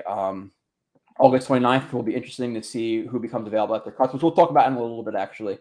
Is Cook's contract structured in a way to make him tradable? Well, yeah, $7 million of its base, right? There's no bonuses. So I don't. Maybe that's a question for Rivka. I'm assuming so because I think if you trade him, you get rid of all $7 million. But why are they going to sign him and then trade him? So I don't exactly know why that would happen. Nania and Blewett, best possible combo. Greetings from Austria. Austria. Wow. I was in Austria. I'm like it's like right on the border. I remember Germany you talking and about that. Austria. I was listening to that stream. Yeah. Yeah, it's like a walking bridge with a see-through bottom. So it's kind of sketchy if you're afraid of heights. But yeah, it was. And then I got some beers there. But yeah, I've been there at least. So greetings. I don't know what time it is there. I think I always forget if they're ahead or behind. I think they're ahead of us by like 6 hours. Yeah. I think 6 hours. I always forget, but. Boys, we lit all day. 1:24 a.m. over there right now, so much appreciated. Yeah, we appreciate you for sure. Okay, running through again. Nania the cop. Nania the police. I'm not sure exactly what the cop. I'm sure that's you, not me. Yeah, I don't know. Okay, fumbles are up and down. Hard to quantify trends with it. So sure. But then there are also times where I'm seeing him carry a ball and it's loosey-goosey. So like if I'm seeing your fumble numbers and okay, maybe it's a little bit of like victim of circumstance, you're falling, it gets hit out. Okay, fine. But if I see you have high fumble numbers and I see you holding the ball without 3 points of contact, I'm going to question you. So I saw fumbles and I also saw poor ball carriage. So I don't think it's a facade. How do his numbers? I don't know if you know this off the top of your head. Was it just a last year fumble problem for Cook, or has it been? Throughout his career. It is pretty consistent. It's career, yeah. Because the last 4 years, he's tied for the most. He has 16 over the last 4 years, which, he's touched the ball a lot, but even on, percentage of the touches that he's had when he's fumbled it, I think he's 6th highest. So, yeah, it's a pretty long-standing thing. NJZ says, I think we should accept that running backs aren't that important anymore. The league has been changing the rules to benefit passing it. Yeah, 100%. I don't know who you're speaking to exactly, but out of the 22 starters, it is easily the 22nd most important position. Easily. Like, there's not even a comparison to any other position. Like, it's not even close. There's nothing, right? There's absolutely nothing I would even consider taking before or after running back, I guess, and all things being equal. So let's keep running through. This Michael Nania could drone on about really advanced punting statistics for 2 hours and it would still be better shows. Dude, yeah, and okay, so let's talk about that. Let's talk about that. We'll get into the rest of the Panthers game and stuff. I don't know if you could push a little bit past 8. If not, I'll run solo because there's still a little bit. I'm here. Okay. We're not going to push too past it, but there's some things. As long as my house doesn't catch on fire. We didn't even get to the Panthers game yet, so but this is good. So the rookie show was absolute balls, but Hard Knocks overall. What do you think? And I'm not here to shit on one Jets drive. It is what it is. It's like 2 or 3 guys making it. They're okay. I think they've been falling off personally, and maybe it's because they can't necessarily shoot the same things that Hard Knocks are. They try to stay separate, but it just feels like they're doing a lot of slow motion stuff and trying to put music behind it, but behind things that aren't really exciting. So I don't really want to talk too much about one Jets drive. It is what it is. I hope it seems like their Breece documentary is going to be it seems to me like it's going to be pretty good. But Hard Knocks, I'm assuming you watched it, and I know that you might have a bias towards one Jets tribe because you did appear in it in that 2-second clip or whatever. But what'd you think about? I guess the whole Hard Knocks versus one Jets drive thing, and then Hard Knocks the first episode. Not you don't have to recap it like segment by segment for the first episode, but overall your thoughts on Hard Knocks so far, and then specifically about this episode. Yeah, well, I mean, first of all, like the comparing it to one Jets drive thing, I don't think it's a fair comparison because like there are things Hard Knocks can do that one Jets drive can't. It can't be uncensored, which is like the best part of Hard Knocks. It can't be unbiased, and not that Hard Knocks has even been super critical so far, which is maybe one thing you could criticize because like not a lot of drama. It can't be that like they have to pump up the team and promote it and everything like that. So it's completely different production. So I wouldn't compare them, but with that being said, I think Hard Knocks is the more entertaining product because of those things. It's completely uncensored. Like you get access that like you're not getting with one Jets drive, which is kind of odd considering it's a team production. So I've really enjoyed Hard Knocks. I will say though that I think you can kind of see like the limited access thing with the Jets not wanting to show too much, because this last episode I feel like there was a decent amount of filler, like the Magic Show, which was cool, but like, is that what I want to see on Hard Knocks? Going into a football team behind the scenes, not really. And then also when they got to the Panthers game at the end, I feel like it was kind of just highlights for like 10-15 minutes. It was like, all right, we all watched this game. I kind of get it. And they would show like, I like that they focused on McDonald, but they were kind of showing the same reps over and over, and it just like wasn't anything like super, super interesting. So I just feel like it's been very fun. Like just anything they show is great because it's, it's very raw. Like I said, it's uncensored. All that stuff is really cool. So it's always going to be fun, but I do feel like it kind of has been lacking on like, specifically this previous episode, like real drama and like something like interesting stuff happening other than Salah's offensive line rant, which was great.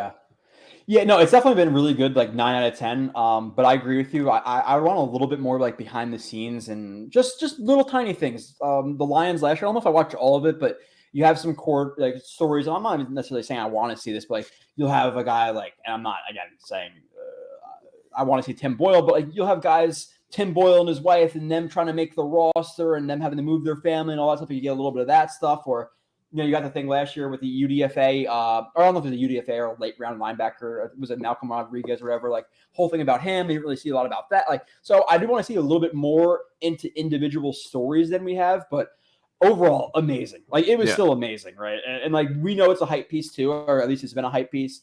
The mind read thing, a little bit like weird to start off, but like amazing. I would like to know how that guy. Do you think it's real? That.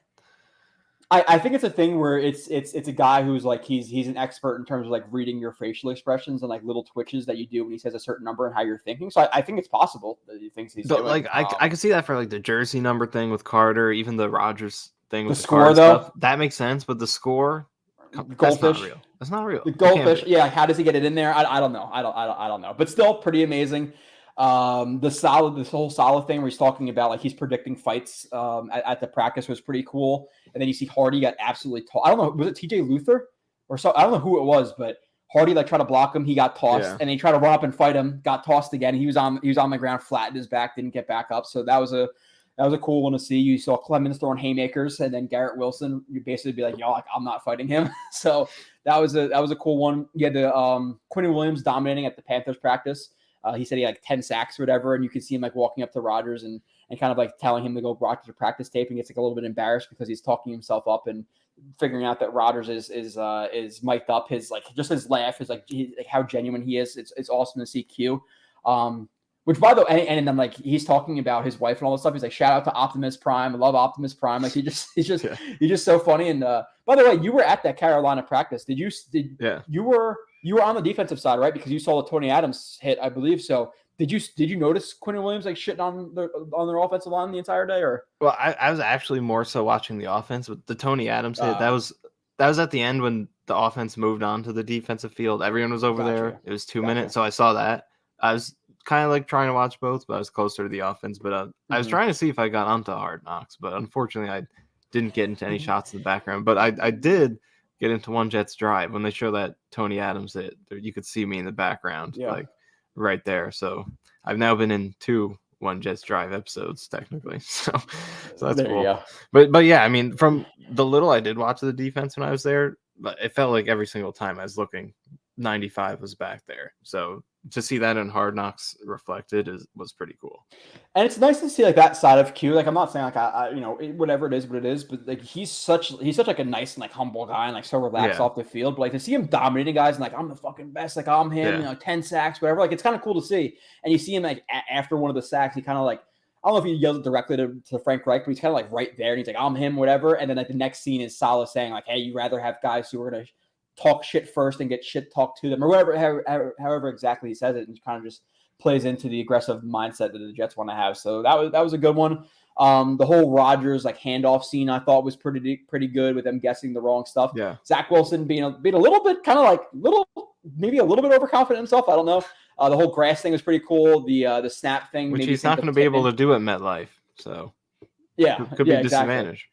I was thinking about that, like turf and like, okay, how does that work exactly? But the whole snap timing thing and how it's spun made me really think about Tippmann, how he's been struggling just to get it there. So how does that play out throughout the season? We have what else did I write down? Panthers practice leading to the bug out on the offensive line by Saleh. I love the comments. Like I like the way he makes people think about things, because the whole silent tape thing, like that's important. Like if you're watching yourself back at tape that night, like, okay, I could have had this, I could have had that, I gave lack of effort there. Like, how do you want to think about yourself? So I thought that was an awesome one. Calling out the offensive line. The comment like saying it's time to wipe this stink and we didn't do it was also another good one. He lists all the talent on offense. All these receivers, rookie of the year, defensive of the year, all this stuff doesn't matter if we don't have the offensive line to hold their water, basically. So what do you think about the whole Saleh freak out on the offensive line, and then the whole Rodgers handoff thing in terms of like them teaching their play fix, which something that we haven't necessarily mentioned a ton on the show, but something that Kyle brought up quite a bit in the last few years is how bad we were at play fix. Yeah. So it was nice to kind of see that. That was specifically for Kyle Smith, I've heard.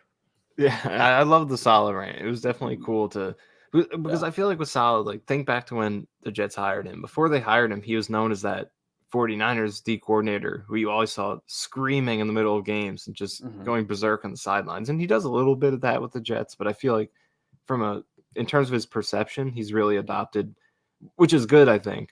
A very positive pro player, kind of, a guy who really has his head on his shoulders as the leader of the team.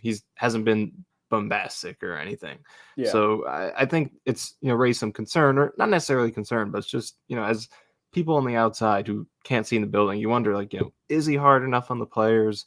Is he too friendly? So to see Hard Knocks and be like, he's the same Robert Saleh, who's just as energetic and as much fire in him as you thought you were getting when they hired him is great to see. And it's not that I doubted that, but it's just that to be able to see it, like, okay, like he's just as concerned with the O-line as we are. It's not like, because the coach will speak to the media and they're always going to praise the players and say, like, we believe in these guys, we're going to give them a chance, whatever, but they're never going to give you their real thoughts besides reading between the lines and trying to see, like, okay, he didn't praise this guy that much. Like, you're never going to get the true thoughts. So to see that in Hard Knocks, that's the coolest part of it. And it's reassuring to know, like, okay, like there's a sense of urgency with this offensive line, just the same way that we on the outside have it.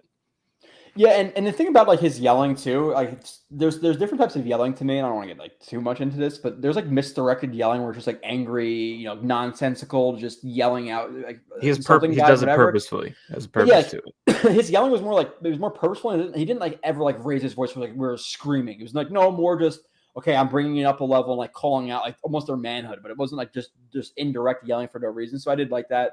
The rookie show was an absolute dud. I have no idea what they were trying to do. Like I was kind of like not like nervous for them. I watched them come in like, okay, like hopefully it's good here. Like someone like there was one last year with the Lions where like was it Aiden Hutchinson who sang a song or something like that and like got everybody. I think I remember that. Yeah. So I was interested to see it. Did he do like really Billie sucked. Jean or something? I forget. That might have been it. Yeah. Maybe it was Michael Jackson. Yeah, maybe it was Aiden Hutchinson. No, I don't know. But after that, you have Mosley who said like you're going to come back and do that. And I think Tippmann said today that today was a rookie show. So we know next Hard Knocks we're probably going to see the next showing of the rookie show.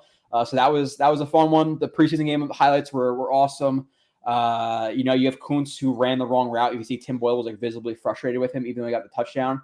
And then Rodgers mentioned it like multiple times, like, yeah, good play, you caught a touchdown, but this is exactly what we talk about, like process versus results. Yeah. Process was god awful. The result was a touchdown. So he'd be like, oh, praise, you got a touchdown this game, but yeah, you got it off of running a wrong route. So how good was it really? It's a negative play to me, but PFF will rate it positively. And watching it'd be hard to know he ran the wrong route, obviously, but nonetheless, that was something that was highlight of that game. And then just like McDonald feature and all that stuff. It seems like McDonald, and I don't want to say this too early, but he's on a good track right now, right? Like he started off pretty damn well. And I'm not saying he's going to be a stud, but he did pretty well in the first game. The second game, even better, playing well in the run, making noise in practice. So I know it's more of a hype, segment on McDonald overall, but I think he's going to be legitimately good. And he's been showing out so far. So yeah, it's good to see how quickly he's kind of, been able to come on these first couple preseason games. It's just, we had optimism about moving him outside and what that would do for him versus college film. And to see the immediate results, granted it's preseason, but like he's winning in so many different ways already. He got the sack going around the corner. he's using that spin. So the fact that he's already got inside and outside threats that he could play off of one another is huge. And if he builds up that speed to power too, and now he could spin you inside, beat you outside if you hesitate to the outside because of the spin inside, and now he could rush through your chest if he gains 10 more pounds. And like, again, something I've said a lot, he's 242. He's stronger than his weight indicates. So if he adds just 10 pounds of muscle and he could bull rush you too, watch out. Yeah, so I mean, right now you have Carl Lawson with some questions with his back injury. He's been out a little bit. Yeah. There was a video where he looked pretty stiff running in practice. So you know what his deal is. So very upright. Yeah, he was like super upright. So like it was concerning. We'll see what's up with that. We don't want to be presumptuous with it, but the fact that they have McDonald coming out so quickly gives you the confidence that if they need him to step in early, play more snaps than anticipated. He'll be ready. And that's the benefit of depth, because guys are going to get hurt. Always happens. So that's why having too many weapons is never a bad thing. No, definitely not. So we'll run through the rest of the chat. We'll hit the Panthers game pretty quickly. Record prediction. I have, 11-6 now? I don't know what you have. I think that's where I'm at. Yeah, that's usually where I kind of set in. Yeah. I think that could be good enough to win the division. We'll see. We'll see. $1 is base, rest is bonuses. Oh, okay. I thought it was $7 million base. Again, I'm not the contract guy. I just know it's $7 million basically guaranteed to him, and 1.6 or whatever it is in the potential. What's the word I'm looking for? Incentives. RJ, do you guys think Lakin didn't know the playbook last year? All those plays where it looked like his controller died. Plus, like it wasn't, and obviously there was some one-on-one loss. No, there was a lot of one-on-one losses too. It wasn't just scheme, but there were definitely flub-ups in the scheme as well. So that could be a part of it. But he definitely lost his fair share of one-on-ones too. So I'm not gonna purely base it or just just put it on that. I think that's too easy. Hawk says, Nania, stop ducking the questions. People want to know, is Ben Blessington actually Jets forever? Is he? I don't know, Kyle. I don't know. I can't confirm or deny. I think that's up for the people to find out. Do they have similar opinions? I don't know. I've seen Jets forever talk about a lot in here. I think I've seen him on Ryan's or Green Bean stream, but I don't think he's a viewer of our content. So it is what it is. Nania hates Cook off of his head. We had that whole discussion. So let's see. Corey Davis on One Jet Drive. Yeah, that's cool. It's just okay. I'm rooting for him. I definitely am. It's nice to see him with his daughter and all that stuff. Off topic, but it looks like we might not be getting shit from that Mims trade. Yeah. I tweeted out that I don't want to be too negative on the guy, but their coach said something. He was asked about Mims. He's like, yeah, he's on the team right now. And it's like, okay, so we're probably not going to get that conditional pick. And this is the thing, and it's what I mentioned on Twitter. You could have a guy with all the physical characteristics in the world, but this game is 95% mental, and you're never going to know how a guy is going to react to bringing in an extra guy or to a playbook or how he is in meeting rooms or breaking down film or anything like that. So Mims flashes potential, but then one bad bout of salmon and maybe bringing in Keelan Cole just messed up his mindset. Now he's going to be a bad receiver forever. So it's why it's so hard to evaluate guys, because we don't have the behind the scenes. And clearly Mims has all the talent, but I just think there's something not upstairs. I'm not saying he's not a smart guy, but maybe him having to compete for maybe he cowers under the spotlight, having to step up. Maybe he's not one of those guys. I don't know what it is, but their coach coming out them trading for him and saying, yeah, he's on the team. That's all I got. Yikes. Yeah. I mean, that was always the concern while he was here. The rookie year was promising when he got in there. There were injuries, but we came away positive after the rookie year. But starting with that second year when the new staff came in and, there were reports he wasn't picking it up and he was low in the depth chart, it really all just kind of built and became pretty clear. And then when he did play, loads of penalties, concentration drops, and, just a lot of issues that had little to do with the physical talent, more to do with fundamentals, stuff like that. It really kept stacking. So I don't think it's too surprising to see what's going on there. The physical talent is a lot in the NFL, but everyone in the league has it. So it's who can nail down the nuances that look at those are people become great.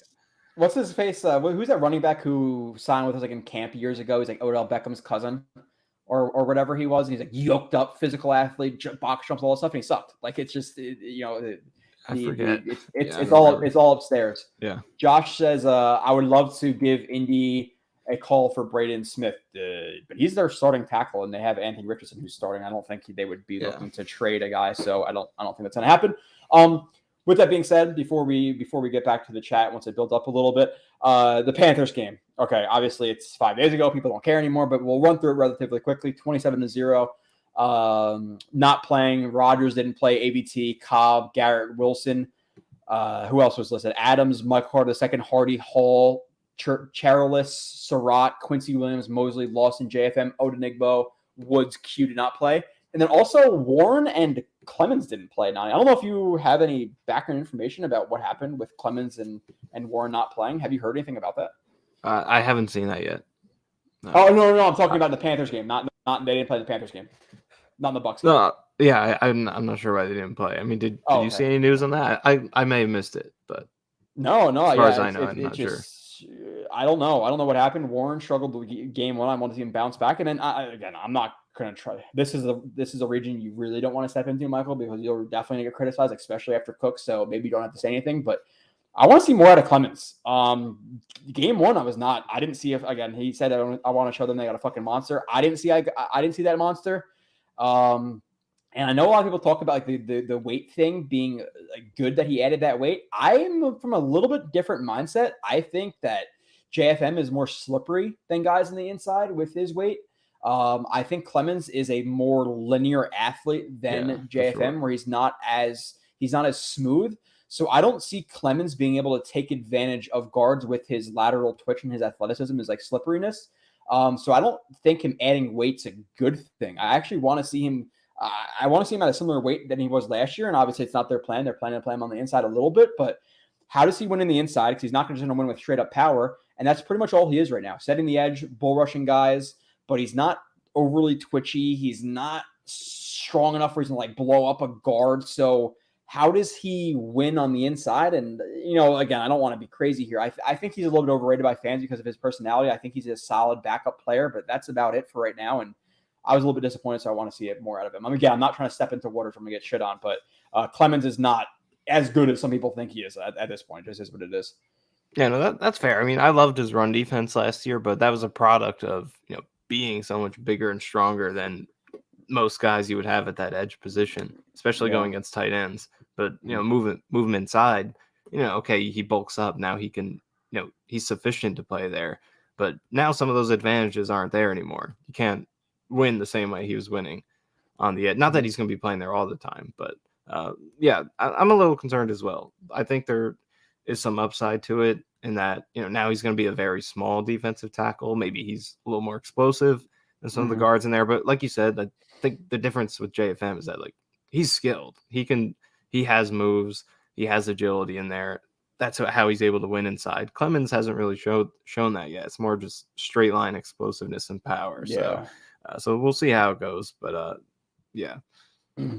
Yeah, we don't want you to dip into those waters too much. But with the Panthers game, I'm not necessarily asking for everybody who played good, but I always do the studs and duds segment on the film show. So I'm not saying like 1 through 3 or anything like that, but 2 or 3 guys or position groups who like really, really stood out from the Panthers game in your mind.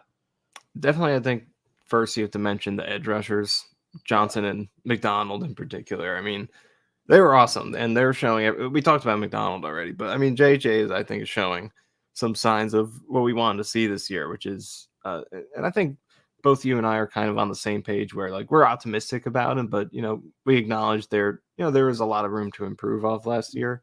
So I think he's shown some of that in preseason so far, just adding new moves into, and I know you said the sack, wasn't necessarily as great as a lot of people were claiming it to be. I love the sack. I thought it was awesome, but I think he's showing a little bit more versatility in the pass rush repertoire, which is I know you love the sack, and I know like I talk about it. It's just wasn't the cleanest technical sack I've ever seen. Not the cleanest. It wasn't. Pretty dominant though.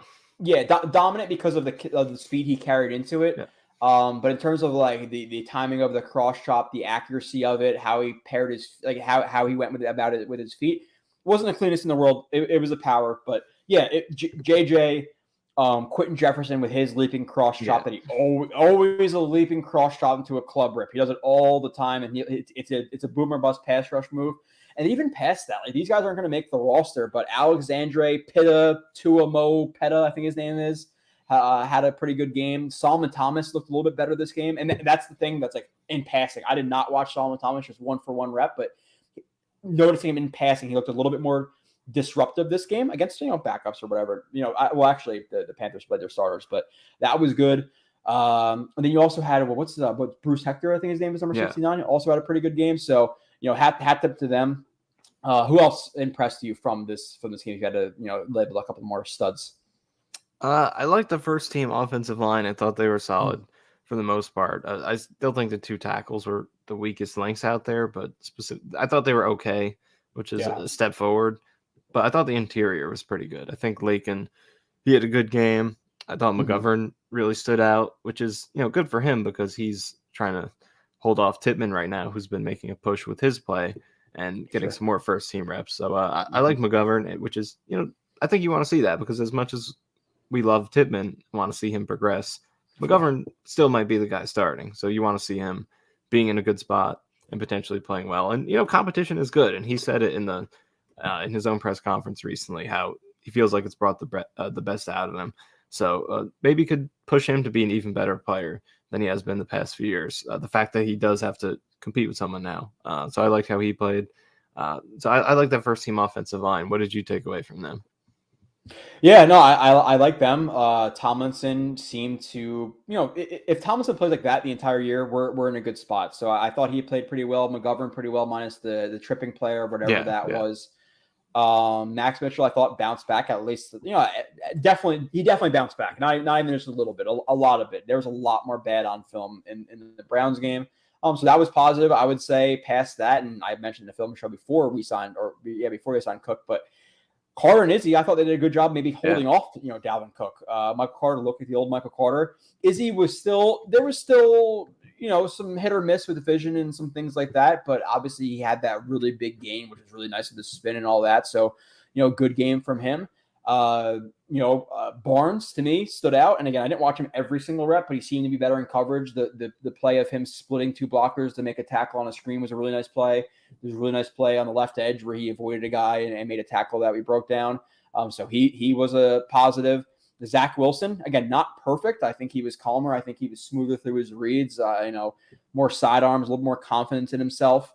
That was a positive. There was definitely missed plays with Zach Wilson. He missed, the out to Lazard. There's a few things from a processing standpoint I wanted to see a little bit different. There's still some footwork issues, but overall, he's taking steps in the right direction, right? Like I'm still not necessarily comfortable with Zach as a backup, but he's at least progressing in the things we need to see him progress with. I'm not saying he's there yet, but that was also another good thing. I guess I'll go with the rest of my stuff that I wrote down for the actual film show. Boyle, 9 for 10. Okay, awesome. Becton looked pretty solid. Tippmann, I thought, was not as good as the Browns game, but still pretty solid. I like the tight ends effort, Yeboah specifically. It seems like he's improved a little bit. I don't know if you've seen the same thing, so I haven't focused on him just squarely. I don't know if you have, but Yeboah has gotten a little bit better seemingly. Tomlinson, McGovern, Schweitzer, decent. Mitchell, Bawden was pretty solid, which I think he had a bullshit hold there on that one play, but that's pretty much good from the offense. And then defense, I'll do it quickly. You can add on anything that you want, but I just do want to recap it. So just in case people don't look for the film shows, which I break all their plays down and stuff, or most of them. Nick Vigil, you had Hector at a sack. You had a good defensive penetration that I wrote down. Alexandre. Okay, so I kind of already said all this stuff. I think Eccles had a bounce back game. Is there anything else good you want to speak about from the Panthers game? I know we're kind of doing this lightning round because it's 5 days ago, but I think it's still worth mentioning. So, I think with Zach, I agree with what you said. There are some promising signs from a process standpoint, which I think is important. Just more poise, getting the ball out quicker, more willing to take checkdowns, less of the panic that I think we saw last year. But still, I think there's a long way to go with some of the physical things like accuracy, footwork, like you said. There were some misses in there, some throws that weren't perfect. So that's something that I think could definitely still take some time for him. And by that, we mean not this year, like probably still another, plenty of time, at least going into next year to like really refine it and take time on it. But process wise, I think there are good things going on. And, in terms of his outlook as a backup, I think that's promising because with a backup quarterback, you understand the talent's going down. So I think the number one thing you would like to see from your backup is for them to not ruin a game. And last year when he was the backup at the end of the year, he wasn't that. He came in those 2 games and he would make killer mistakes. And I think we're seeing signs that maybe he can tone those down if he has to come in as a backup this year. Still not sure he can be super explosive or consistent with the accuracy, but maybe he'll turn it over a little bit less, take some more checkdowns, execute the offense a little bit more smoothly, which can allow the team to potentially win a defensive game or win based on good scheming and things like that. So I think he's trending towards that, but we'll see if he can keep it going. Yeah. And I'm trying to think of like specific examples. Like it's not like coming up from this game, but there are some Browns plays where I want to see him. The mesh concept. I think that was broken down a couple of times with people on Twitter, but you want to see him hang on there for a little bit longer. There was that corner route to I think Alex Erickson, where I said I want to see him hang on that read for a little bit longer. There were some other plays, in this game that were good from a prospecting standpoint, not so good from a prospecting standpoint. There are some times where we're seeing some pressure in his face and he's delivering the ball accurately.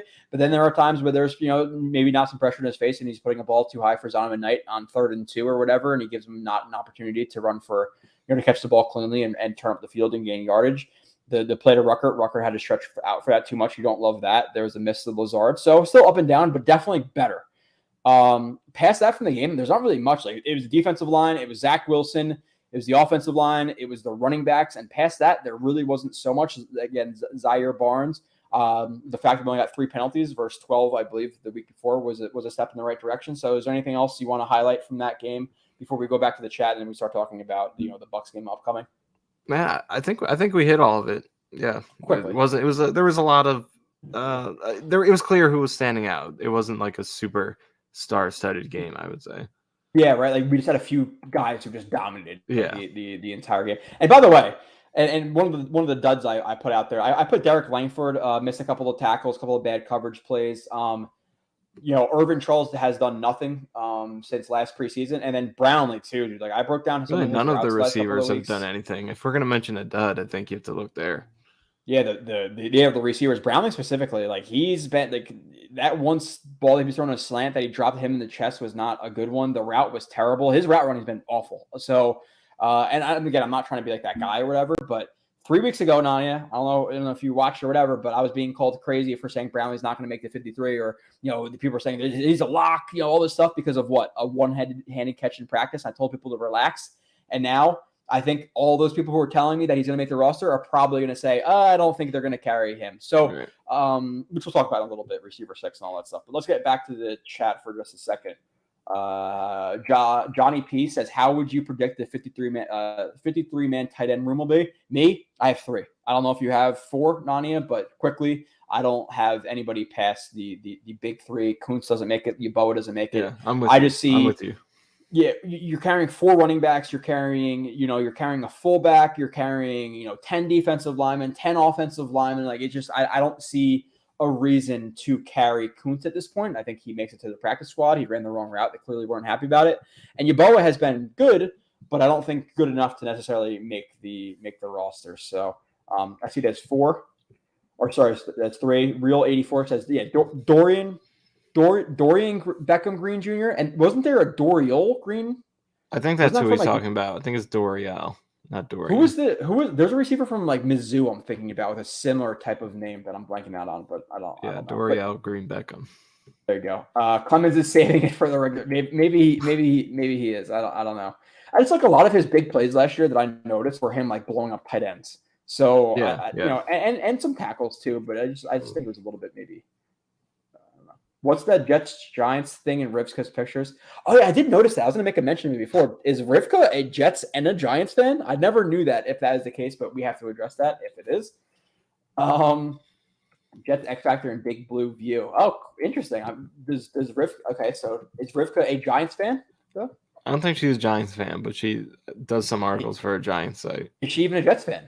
I think she is. I think she is because she's very invested. She's very invested. Let's keep throwing out there. Or let's keep going out. Figures you just like watching the guys in tight pants. Okay, we're good. We're going to something else here. Okay, so let's move on to this is something I want to ask you just in general because and we have a few more weeks into the season, but it was a video. I think it was by from media. I'm sorry if I'm wrong, but he tweeted out like a Dolphins fan who's basically asking for like the weaknesses on the Jets roster, and I think we have a pretty good grasp on it, but past the offensive line, which we know is a big question mark and potentially a weakness right now, like, is there anything else on this team where you're looking at it, you're like shit, like obviously you're going to have some weaknesses on the team, but like crippling weaknesses, maybe crippling is too extreme, but legitimate weaknesses on this team where you're concerned past the offensive line right now? Well, I think what's been cool about this training camp so far, some of the things we did have concerns about have been answered a little bit. Like, specifically, I'm thinking of safety because we had so many safety questions all off season, and we're already at the point where Tony Adams is so firmly entrenched in that spot where he's not even playing in the preseason. So, like, that's been a promising answer to that issue. I think you're still a little concerned about the guy next to him, whether that's Whitehead or Amos. Like, is that the best starter in the world? No, but at the same time, they're not. I think, like a liability. I mean, it could be, but it's not like you have a backup quality player starting there. So safety is definitely still one of the weaker positions, but even that isn't a huge concern, especially if Adams can play well. Third linebacker with Quan gone, and then even the starting two linebackers, solid duo, not the greatest, I guess. Receiver depth after Garrett Wilson, just a lack of another star is something that could come into play, if he's missed any time. So, but I don't know. The roster I think it's fair to say it's a pretty well-balanced roster that outside of the offensive line, which is, like we said, probably the worst position to have issues at. Outside of that, there aren't a ton of big holes. Yeah, offensive line, obviously. Like receiver, I think there's only like one or two teams, and obviously, even if Chase were to go down or AJ Brown, those teams have Devontae and Higgins, but they're still not probably going to win it all without the number one, right? So that's a concern for everybody, in my opinion. So for the defensive side, the only thing that's like concern to me at this point is, yes, do I think Whitehead's a strong safety? No. Do I think he's passable enough where it's going to be a weakness? But like, I'm comfortable enough with that, even though I want it to be addressed. One of the spots, though, is linebacker. I'm still a little concerned. I get that Surratt had the big game and Salah hyped him up. He was then injured, which has been a problem for him. And Barnes had a good game, but still, it was one good game out of two. In the first game, he flashed. Sure. Mosley has been on a slight decline. Still good, but not great. You have Sherwood, who's a question mark. You have Quincy Williams, who's obviously very volatile, good and very good or very bad. And last year, there were just times where our tight ends were attacked, whether it be the Lions game that play to win the game late in the game, where they used a lot of movement to confuse the linebackers.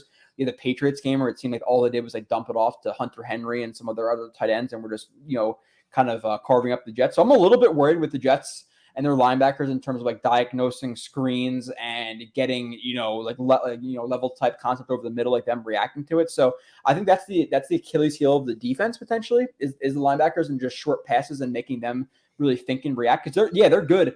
Like if you're gonna have a DN who's gonna pinch inside and shoot the B gap on a run, and then you're gonna ask Quincy Williams to scrape over the top and make a tackle with a running back running to the sideline, great. If you're going to ask him to be in the right spot on a screen and diagnose it really quickly, you might not be there with Quincy. So that's my one concern with the defense is the linebackers. But are you there with me with the linebackers? Are you a little bit concerned, or are you not so much as concerned as I am? Yeah, I agree. I think it's fair to be a little bit concerned in that, some of the main concerns with this defense are the things we've seen the past couple of years, like draw plays, screens to running backs, covering tight ends, like some of those things. But I do think at the same time, like, there isn't a perfect defensive philosophy. I feel like everything has to be like, here's what we're going to try to take away. Here's what we want to do well. Here are the things we're going to sacrifice to accomplish that. And then with this scheme, what do they do well is they take away the deep ball. They have good corners that could take away your receivers on the outside. They get after the quarterback. Those are the things that are most important. And I feel like in terms of the talent on the roster and the way they play philosophically and with the scheme, it all plays into that, covering the most dangerous players and getting after the quarterback. So if they're going to be great at those things, and it means they have to give up a little bit in terms of covering running backs or, some of the runs up the middle and things like that, I think it's a fair trade-off. But at the same time, you run into a team that can exploit those weaknesses. Like, I think we saw the Patriots have done a really good job exploiting that. And then some of the other losses last year, that it could be problematic, and you don't want to get into the playoffs and have these very clear weaknesses and then run into a team that's perfectly built to exploit it, and now your season's over. So I think it is a concern. You do want to see them find ways to account for some of those issues, but at the same time, I think overall the defense prioritizes the right things and is good at the right things. Yeah. It's just I'm a little bit concerned about like some tight ends. Obviously, they play Goddard, they play Kelsey. So there's some good players out there, but we'll see how exactly it shakes out. Rivka says, "Do you have 5 linebackers?" Surratt. Yeah, I have 5 linebackers making the final 53 at this point. I didn't think Surratt was going to make the team, but 4 is already kind of thin. Like 5 is already kind of thin. 4 is really, really thin. And seeing Salah's love for Surratt, I think he makes it. And I'm going to do the 53 next week with Kyle. Thinks that I'm not going to for Eccles being suspended for a game. Like, whatever the week 2 roster is going to be my 53. Like, I'm not going to put Eccles off of it. But yeah, I think I have Surratt and Barnes both making it. Do you think both those guys make it at this point? I've kind of wavered on that one because there are so many other tough positions to where it's like maybe linebackers where you cut it short to make room for whether it's a receiver or a running back you're squeezing in there, tight end, safety, or even D-line, which is so deep. But linebackers one position I've considered maybe we cut it short to make room for a guy I want somewhere else. So I'm torn on that, but yeah, I think I lean towards 5, but I don't know. That's what I'm torn on. Mm-hmm. Rivka says she's concerned with the other D tackle position next to Q. I know Woods and Jefferson together make a quality player, but what of the run when Jefferson is on the field? Yeah, and that's something we brought up too. And again, I think for this regime, like for the most part, I like a lot of what they do, but I will legitimately question Salah this year if he rotates some hockey lineups like he did last year, right? Like we've been talking about that forever. I don't think it's something we need to hit on. It's something that he legitimately needs to address. You can't have Al Woods or you can't have Quentin Jefferson in there on 3rd and 1 because that's how the rotation works. Like, no, you have to be more specific to the actual play, right. In my opinion, and even past more specific to the actual play. You can't have a bunch of backup. And I'm obviously the Jets defensive, like the Jets backup defensive line may be legitimately better than other teams' starting defensive linemen. But with that being said, I don't want all the backups in on one play than all the starters in. So Salah being more diverse with that is a concern. I think that's legit. I think that's a really good point. Rivka, linebacker pass coverage, yeah. Revolution says, what do you guys think of Nasruddin getting cut? And do you think the Jets pick him back up for the practice squad? Which Rivka answered. He's on the Jets IR. Which, by the way, talking about IR, I saw that Guidry was added to like the IR or whatever today. Did you hear anything about Guidry getting injured? Was it the Panthers game? It might have been in the Panthers game. I'm not entirely sure, but I'm pretty sure I saw something prior to that. But that definitely affects roster predictions because I had him on most of my rosters. So yeah, for sure. So let's go to the one question here first because it's Daniel Murphy, especially putting the Q before I always got to go right to it because I appreciate it. If you could take one player from one of our division rivals, who would you choose? It's a good one. Can I say can I say Teron Armstead like 12 hours ago, not like 6 hours ago? I think he just went down. But Nani, who would be your answer? I think they said he was okay, despite he got carted off or whatever. I think he's okay though. Okay, that's a good one. So I think there's really three answers because he's probably the best tackle in the division, right? So I think really it's him. I think you could say there's an argument for, and how long is this for? I think there's an argument for Josh Allen. Obviously, let's just cancel that. Let's not talk about quarterbacks. We're probably taking Josh Allen realistically, right? For the long term. But it's Armstead. I could see Tyreek Hill, like Rivka said, because Tyreek Hill and Garrett Wilson is just like absolutely ridiculous. Past that, is there any other guys you consider? Maybe Javon Holland, because if you have him and Tony Adams, like really, really good safety duo. But I think it's really probably just it's Tyreek or Teron, and Teron has injuries. So realistically, it's Tyreek Hill because he's still a top 5 receiver, right?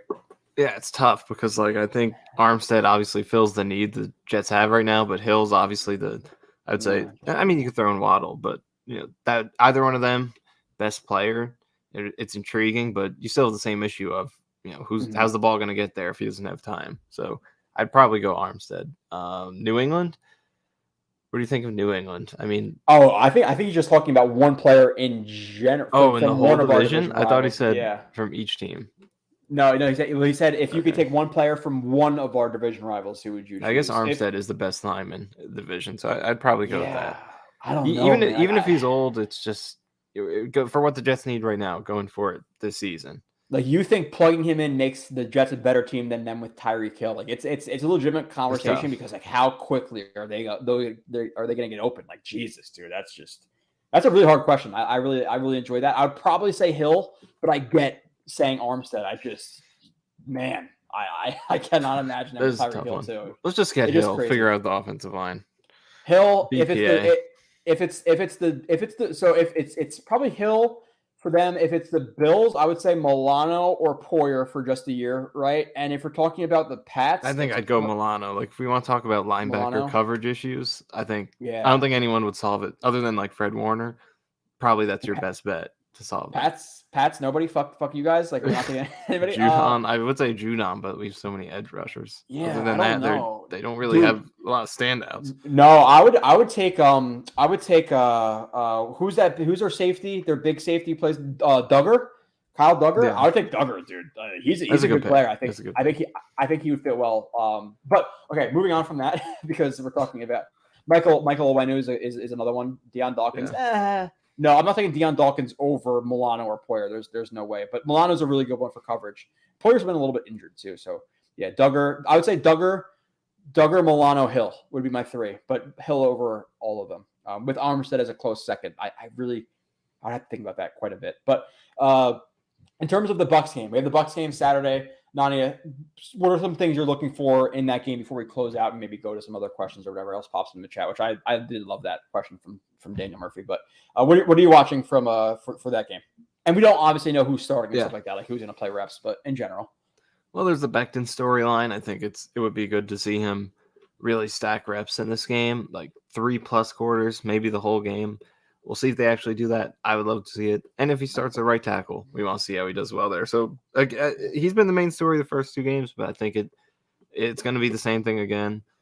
Zach Wilson, him continuing his progress. And then the running backs. I think there's some pressure on those guys now with Cook in the building. It's official, that they're competing now to be on this roster. So how do they respond? Those are a few of the things that come to mind first. Anything else for you? Yeah, I would say wide receiver 6. Like, is it going to be? Yeah. Is someone going to do something? Just that question. Yeah, right. Taylor's one catch. They've been they've kind of flashed sometimes. Like you have Gibson who had that really shifty return, but then he also drops a punt. You have Brownlee's done nothing. I'm sorry, Brownlee's done nothing minus one good release and a catch behind him. Past that has been pretty dreadful. Even when he's not specifically getting targeted, the routes haven't been great in my opinion. Again. Maybe you've watched more. I don't focus on every single guy. I agree with you. I agree with you. So yeah, is it Gibson? To me, your power rankings. What's your power rankings right now for receiver 6? Let's do that really quickly because right now mine legitimately might be. I don't know. It might be Gibson, Taylor, Brownlee, or Taylor, Gibson, Brownlee. I said Taylor just because special teams. I think because everyone else, I don't think has the same special teams impact. So if no one's gonna shine on offense, I would lean towards him. Plus, he has the Packers experience a few years. But he's 28. He is older. And you've had Gibson, who he has some punt return, ability, and we've seen some of that. Yeah. So I just think the age factor and the fact he can punt return as well as Taylor would edge out Taylor for me just because of the age. So I would say Gibson, Taylor, Brownlee, in my opinion. I feel like Gibson's had some good routes among the receivers. He's the one I've seen. There's some routes there that you can build on that. Especially in the Browns game. Yeah. So Rivka's with you. Rivka says Taylor, Gibson, no one Brownlee. I'm saying Gibson, Taylor, then Brownlee. But Brownlee's become the third one, I'm not going to say relatively easily, but he dropped off very, very quickly. So yeah, I'm watching for that. I want to see a little bit more from Nick Bawden, consistency in terms of his blocking. I'm looking at tight end 4, Bawden versus tight end 4 as well, whether it be Yeboah or Kuntz. Like you said, with Becton, I'm watching for that. I'm watching also for Zach Wilson. Mitchell, Max Mitchell. If Becton's not playing, it's probably Max Mitchell at this point. So let's see him hopefully put some more good plays on rep or on field or film. McDonald, is he going to continue to build off what he's been doing? JJ, is he going to continue to build off what he's been doing? Do you think Tony Adams is going to play this game? That's something I've been thinking about in terms of something I want to see because I know Sal said some more defenders might play in this game. Okay, so maybe you'd assume it's him then, right? He's going to be the starting free safety, and it's not it's not like he's like Derwin James or something like that at this point. He needs to play a little bit. So I would like to see Tony Adams, and then I would say past that, a few other things: linebacker 4 or 5. How does Surratt? How does Barnes play? Guidry versus Hall was one of my topics, but now he's on IR. So does he come back? I'm not sure exactly what the situation is with that but Guidry versus Hall is going to be one of them. And then the last thing I would say would be Wilson, Knight versus Carter. At the end of the day, I think Carter probably is the guy I would like to keep for the upside we saw in year one from him, and then how he obviously bounced back in this one preseason game. But is there a situation where Knight balls out and then maybe Carter is traded? So I'm watching for that as well. That one is interesting because it really feels like the Panthers game totally shifted the perception of that battle, because before that, all we've heard throughout camp is that Knight has been the guy, that he's been the best running back. And Carter's obviously coming off a very tough season versus Knight, who did flash there at the end a little bit. But you had that one game where, Knight didn't play the greatest against the Panthers. He had a near fumble, didn't really produce. And then Carter had some great runs and finally looked like his old self again. So it really feels like that one game shifted the narrative, but it was just one quarter of a preseason game. So I'm interested to see if the balance can be shifted between those guys. Yeah, I kind of want to tie this into a question. If we're cutting Bam, might need to keep the potential backup returner. How do you see the punt returner and kick returner things? It doesn't seem like anybody is necessarily like taking the bull by the horns there. So, I think Cobb is consistent. He's almost like, and I think he might be better than this, but he's almost like your Jeremy Curley. Like, what you're going to get. He's gonna catch the ball, all that stuff. Hardman's the guy volatile. He's either going to field the ball at 2 and fair catch it, fumble it, or he's going to take it, 25, 30 yards. If Knight's gone, who's in return kicks? So how do you see kick return or punt return? I know that's not talked about all. Isn't Hardman, is he the favorite right now, punt returner, just based on practice reps? Because I know we haven't really seen it in preseason. Yeah. But is he kind of penciled in, or are these other guys like Gibson pushing him for it? I legitimately don't know, because I don't know. Maybe you could speak to his splits as like a returner. I can tell you that me watching, and there's definitely times where I skip past special teams. I honestly forget. But I saw reps of him fielding the ball at the 5-yard line, and then and it could have bounced, which was a problem. I saw him maybe fumble one. I'm not 100% sure. Maybe not a fumble. But is he being overrated as a returner at this point? I think maybe. I don't know if the numbers would indicate that as well, though, or back me up there. Yeah, he does have decent punt return success. I think he has done more punt than kick. Kickoff he did as a rookie. Since then he hasn't really done it. Punt he has decent averages, but there's definitely some of that inconsistency. And then Cobb, I think you get a more, like you said, like sure-handed guy. He's probably not going to explode or anything. So that is a mystery. So I am curious, especially in the Giants game when all the starters play, to see how some of the stuff goes. I'm gonna put pressure on you right now. At this moment, Thursday, August 17th at 8:16 p.m. Who was the first Jet to return a kick 9/11, and who was the first Jet to return a punt on 9/11? I'm gonna go Hardman both. That's my gun to my head answer. Yeah, I don't know, man.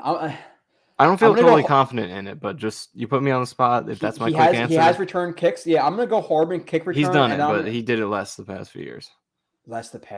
I just feel like Knight. I do like Knight as a kickoff returner. He was very, very good at it in college, and he kind of feels like he's more of that skill set for me. Fuck it, they gotta win that game. They gotta win that game. It's gonna be Breece Hall. It's gonna be Breece Hall return the first. Breece Hall. No.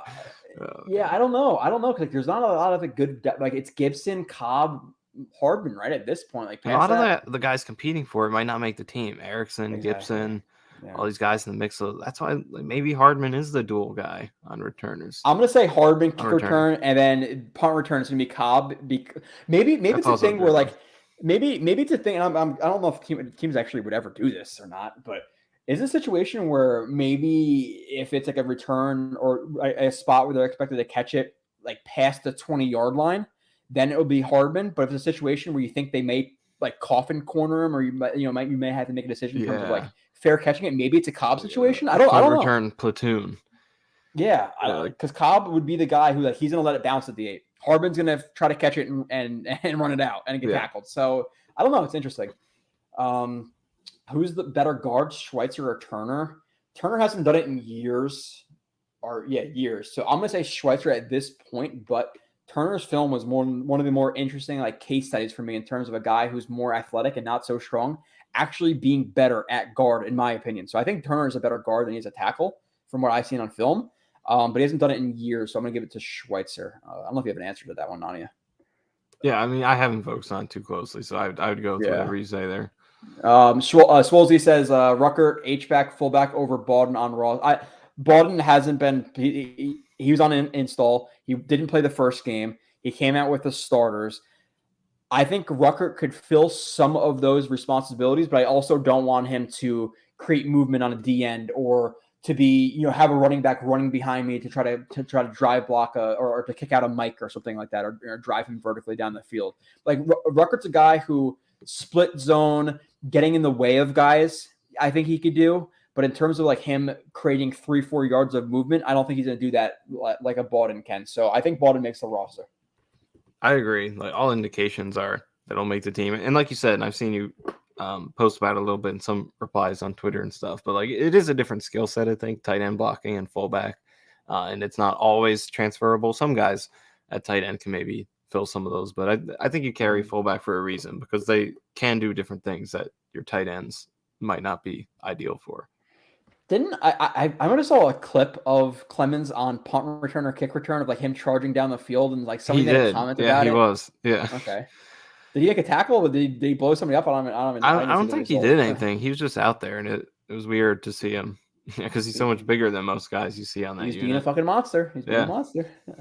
I like guys with better long speed for. I think this is a generic. I think this is probably the more like, I'm not saying a generic like not a comment, but like general thinking, I would say. Shift to your guys because punt returns, it all happens a lot quicker. Where kick return, you have a little bit of a build up. So the guys who are like longer striders, bigger dudes, can be hard to knock off their spot, are better for kick returns. And that's why I'm not so sure if Hardman is the best kick. He's so fucking fast that maybe he just does it anyway. I don't know. Rivka says, what about Izzy? Izzy kickoff? I don't know if he's been in the mix for it, but yeah, I haven't seen him field one, right? So it's a possibility. I'm really interested to see that. Like that's an underrated storyline. Who's actually going to be the returners, in my opinion. Now there'll be fucking 6 articles on it. 3 by Rivka, 3 by you tomorrow. So we'll see. She said Gibson could possibly make the team for his returns because he has an electric track record. If they're more concerned about electric play from fumbles, Cook Gibson is a best bet. Yeah, that's why I say I can see Gibson making the roster because of his punt return, kick return, but we'll see. Okay, script kicks, funny. There's been a lot of teams trying to kick it to the 1 yard line, in my opinion, and make them field it. But Clemens was one of the guys who kind of messed up on the Patriots return. Okay, last question, because he just slipped it in here. If Jets go make the legacy jerseys, they're permanent next year. What do you guys think of a black alternate version of the legacy jersey? You're welcome for the uni question, Nania. Go ahead, Nania. Appreciated. Which, by the way, we have one viewer who I like, Matt, who's saying that our throwback jerseys aren't that nice and they're too plain. Like there's not enough to them. Which I like simplicity of jersey. That's how I roll. But go ahead, Nania, for your. This isn't CYJ. Yeah. He does have the logo behind him, so I guess we can kind of end on the jersey question. It's kind of on brand for Nania. Crossover event, so we got to incorporate some of this podcast into Blewett's Bliss. So there's got to be some uniform there. So I guess before I hit the question, I'll address what you the other comment about the throwbacks. I mean, I do agree with that. That's like why I defend the current jerseys and like them more than most people's, because I do like how modern jerseys kind of incorporate some more unique elements into them instead of just like, here's some block numbers and some stripes. So I just don't like that. Stripes that go in different ways. I don't like the that's wing kick stripes with downs on the pants. Right. It just doesn't look right. Totally agreed. I think that's the weakness of it. I think biggest weakness. I like the idea, but it could have been executed better. It's pretty distracting. It's not clean. So that's a weakness. But so I do get the idea, like, the throwbacks are, kind of simple, but I like that. I think there's something to be said for simplicity in uniforms. And I think what puts it over the top for me is the fact that you still have the current helmet. And the current helmet is very shiny. It's sleek, modern, futuristic looking with the way it's the paint that they use. And then you slap the 80s logo on it, which I think complements that because despite being a classic logo, I think it looks more modern than the one they currently have. So I think you put that helmet with the uniform and that gives you that modern feel in addition to a simple uniform. So I think it's a good blend there. So I do like the throwbacks a lot. And I would like to see that be the primary if they do make a change. I'm still curious to see how the stitching is going to come on my vehicle. Oh, but also, in terms of a black alternate, I think that I could definitely see that looking good in the throwbacks. Dude, I think that would look so nice with that Jets logo. I would love that. Do you think they actually legitimately I don't know if there's ever, and obviously, tell me if I'm wrong, anybody in the chat, whatever, but Has there been a team who's changed their jerseys and then like 4 years later changed their jerseys back again? Like, is that the Bucks probably might be? I don't know how long they had those creamsicles? Digital clock jerseys. Remember the digital clock jerseys they had, the 2010s, and they changed back to the ones they currently have. Like Jameis Winston era, they had those really ugly jerseys. Yeah, they changed to that, and then they changed back. I forget if that was 5 years though. It might have been a little bit longer than that, but it would be quick. But I feel like Woody's very in tune with the fans, especially on uniform stuff. Just the fact that they brought back these throwbacks, I think, is very fan centric. It was highly requested, so I feel like they have their finger on the pulse of the fan base. So and it does feel like most fans want that change. So I do think it will happen. Would be my prediction. There are some older fans who I run into though who like associate that jersey with losing a lot. So yeah. Johnny P says Cleveland changed after 5 years. Yeah, them too. Really? Did they? Dude, I hate that. Like, the orange and brown is just the grossest thing ever. I never have ever. I don't like any of their jerseys. Maybe like the white with the orange. Like when there's no brown in there, it's okay. But I don't know. I hate Cleveland. White face mask. Yeah. Do you? Yeah. So next year it would be obviously if they do that change, it's the green 80s, the white 80s, the green helmet, white face mask, and then 3 games of alternate black jerseys where they could throw the black helmet, green symbol, black face mask. Would that be probably black face mask, right? I don't know what would that be. Curious to see how they would do that. Would they do like the black throwbacks with a black helmet, keep a green helmet? I like the blacks with the black helmet better than the blacks and green. I don't love the green helmet with the black. You like that better? I was torn on it. At first I thought I liked the green helmet better, but when I saw them I was like, maybe black is better. But I could go either way on that one. Yeah, so we'll end it on that. Again, on brand for CYJ. You got to cut me off, or I would just keep going. I'm not Ben busting. No. But like, I like the new jerseys. I think that some people associate it with losing. It's just when you have the wings and then the pants. I mean, what Jets uniform? I guess other than the name, isn't associated with losing. With losing, yeah. So like to me, I mean, the previous ones they had, they did have the 98. They had that 98 and 2009, 2010. So I guess that was a good era. The previous ones. Minus going back to the 80s logo, which I want. The other so again, these jerseys are okay to me. The 80s are what we just said is what I want. Past that, the pre-Nike Jets prior jerseys were the best ones other than the 80s ones. Yeah, the Reebok jerseys were the best. Like I think they changed 12 or 13 where it became really shitty looking. 12. Yeah, 12 like Matt Forte, just like a really just like a dull green, it was just gross. Yeah. But so let's see. I don't know if there's anything else in here really quick we can just hit on. I think the Packers had the ugliest uniforms in the league.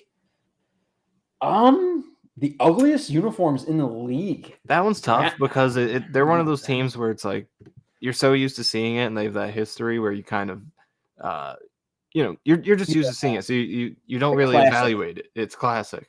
But it's like if a new team came out with that, you'd be like green and yellow. I don't know about that. Yeah, maybe I'm looking through the teams now. Honestly, like it's probably the Browns, the Packers. That's really I don't hate any the Seahawks. Their puke green. I don't like the Rams. It's pretty gross. Their new uniforms. The Rams are pretty bad as well. Commanders, we're gonna see what they're. I don't know if they're gonna go back to the Redskins or not. We'll see. I don't know if that's a thing that's actually gonna happen, but we'll see what happens. Okay. So there's definitely people who are clicking off hate the uniform talk. I think for me, and it's funny because I don't think you played football. You didn't play football, but I did. It's usually people who played football and who played sports not necessarily far into life, but who played high school sports or college sports who like the uniform stuff, and the people who don't, who hate it, and they say just win, which you'd assume Nania would be about, but he's the polar opposite. He loves the uniform, so we had to get it in there. Let's see. I wasn't crazy about the hue of green with the previous Reebok. Yeah, it was a Nike when it became Browns are bad. Okay, Nania, last words, which by the way, Kyle's going to start being on every single week, I think maybe starting in 2 weeks, whatever. Nania did alternating shows without Kyle last year. I'm not going to say this is definite, but it seems like Nania's going to come back every other week during the season. So Nania, with that being said, any last words before we see you again in 2-3 weeks? No, I mean, this was awesome. It's a really exciting time right now. So it was great to come on and recap all of it. Talk some Dalvin Cook. I feel like I was able to speak my piece a little bit, both the good and the bad, defend it, but also be like, I'm rooting for the guy. And there are, reasons to be optimistic that I'm holding on to. So I was glad I could address that, and always fun to come on here. Looking forward to being on pretty frequently throughout the season. Yeah, I think I don't know how long clips can be on Twitter. Nania, it was like 2 or 3 minutes. I think I might have to clip you talking positively about Dalvin Cook and just the positive stuff and say, look, it exists, and push it on Twitter. If you're comfortable with that, we'll see. But do that. That's my legacy now. I'm the Dalvin Cook guy. You're the the Dalvin Cook guy, the uniform guy. There's been the Sam Darnold guy for the 100 reasons. I was a little Braden Mann guy for a little bit. Was it Braden Mann? Yeah, Braden Mann. A little bit. So we will be joined by Nania in a couple of weeks. I appreciate everybody for tuning in. We will have the review of the Panthers game is up. The Bucks review will be up a couple of days after. Past that, I have a Dalvin Cook review. I don't think that Yadnika Juice review is ever getting out. I forgot about it, but it's safe to say, unless we want like a double-digit view video, we can hold that one. Four views.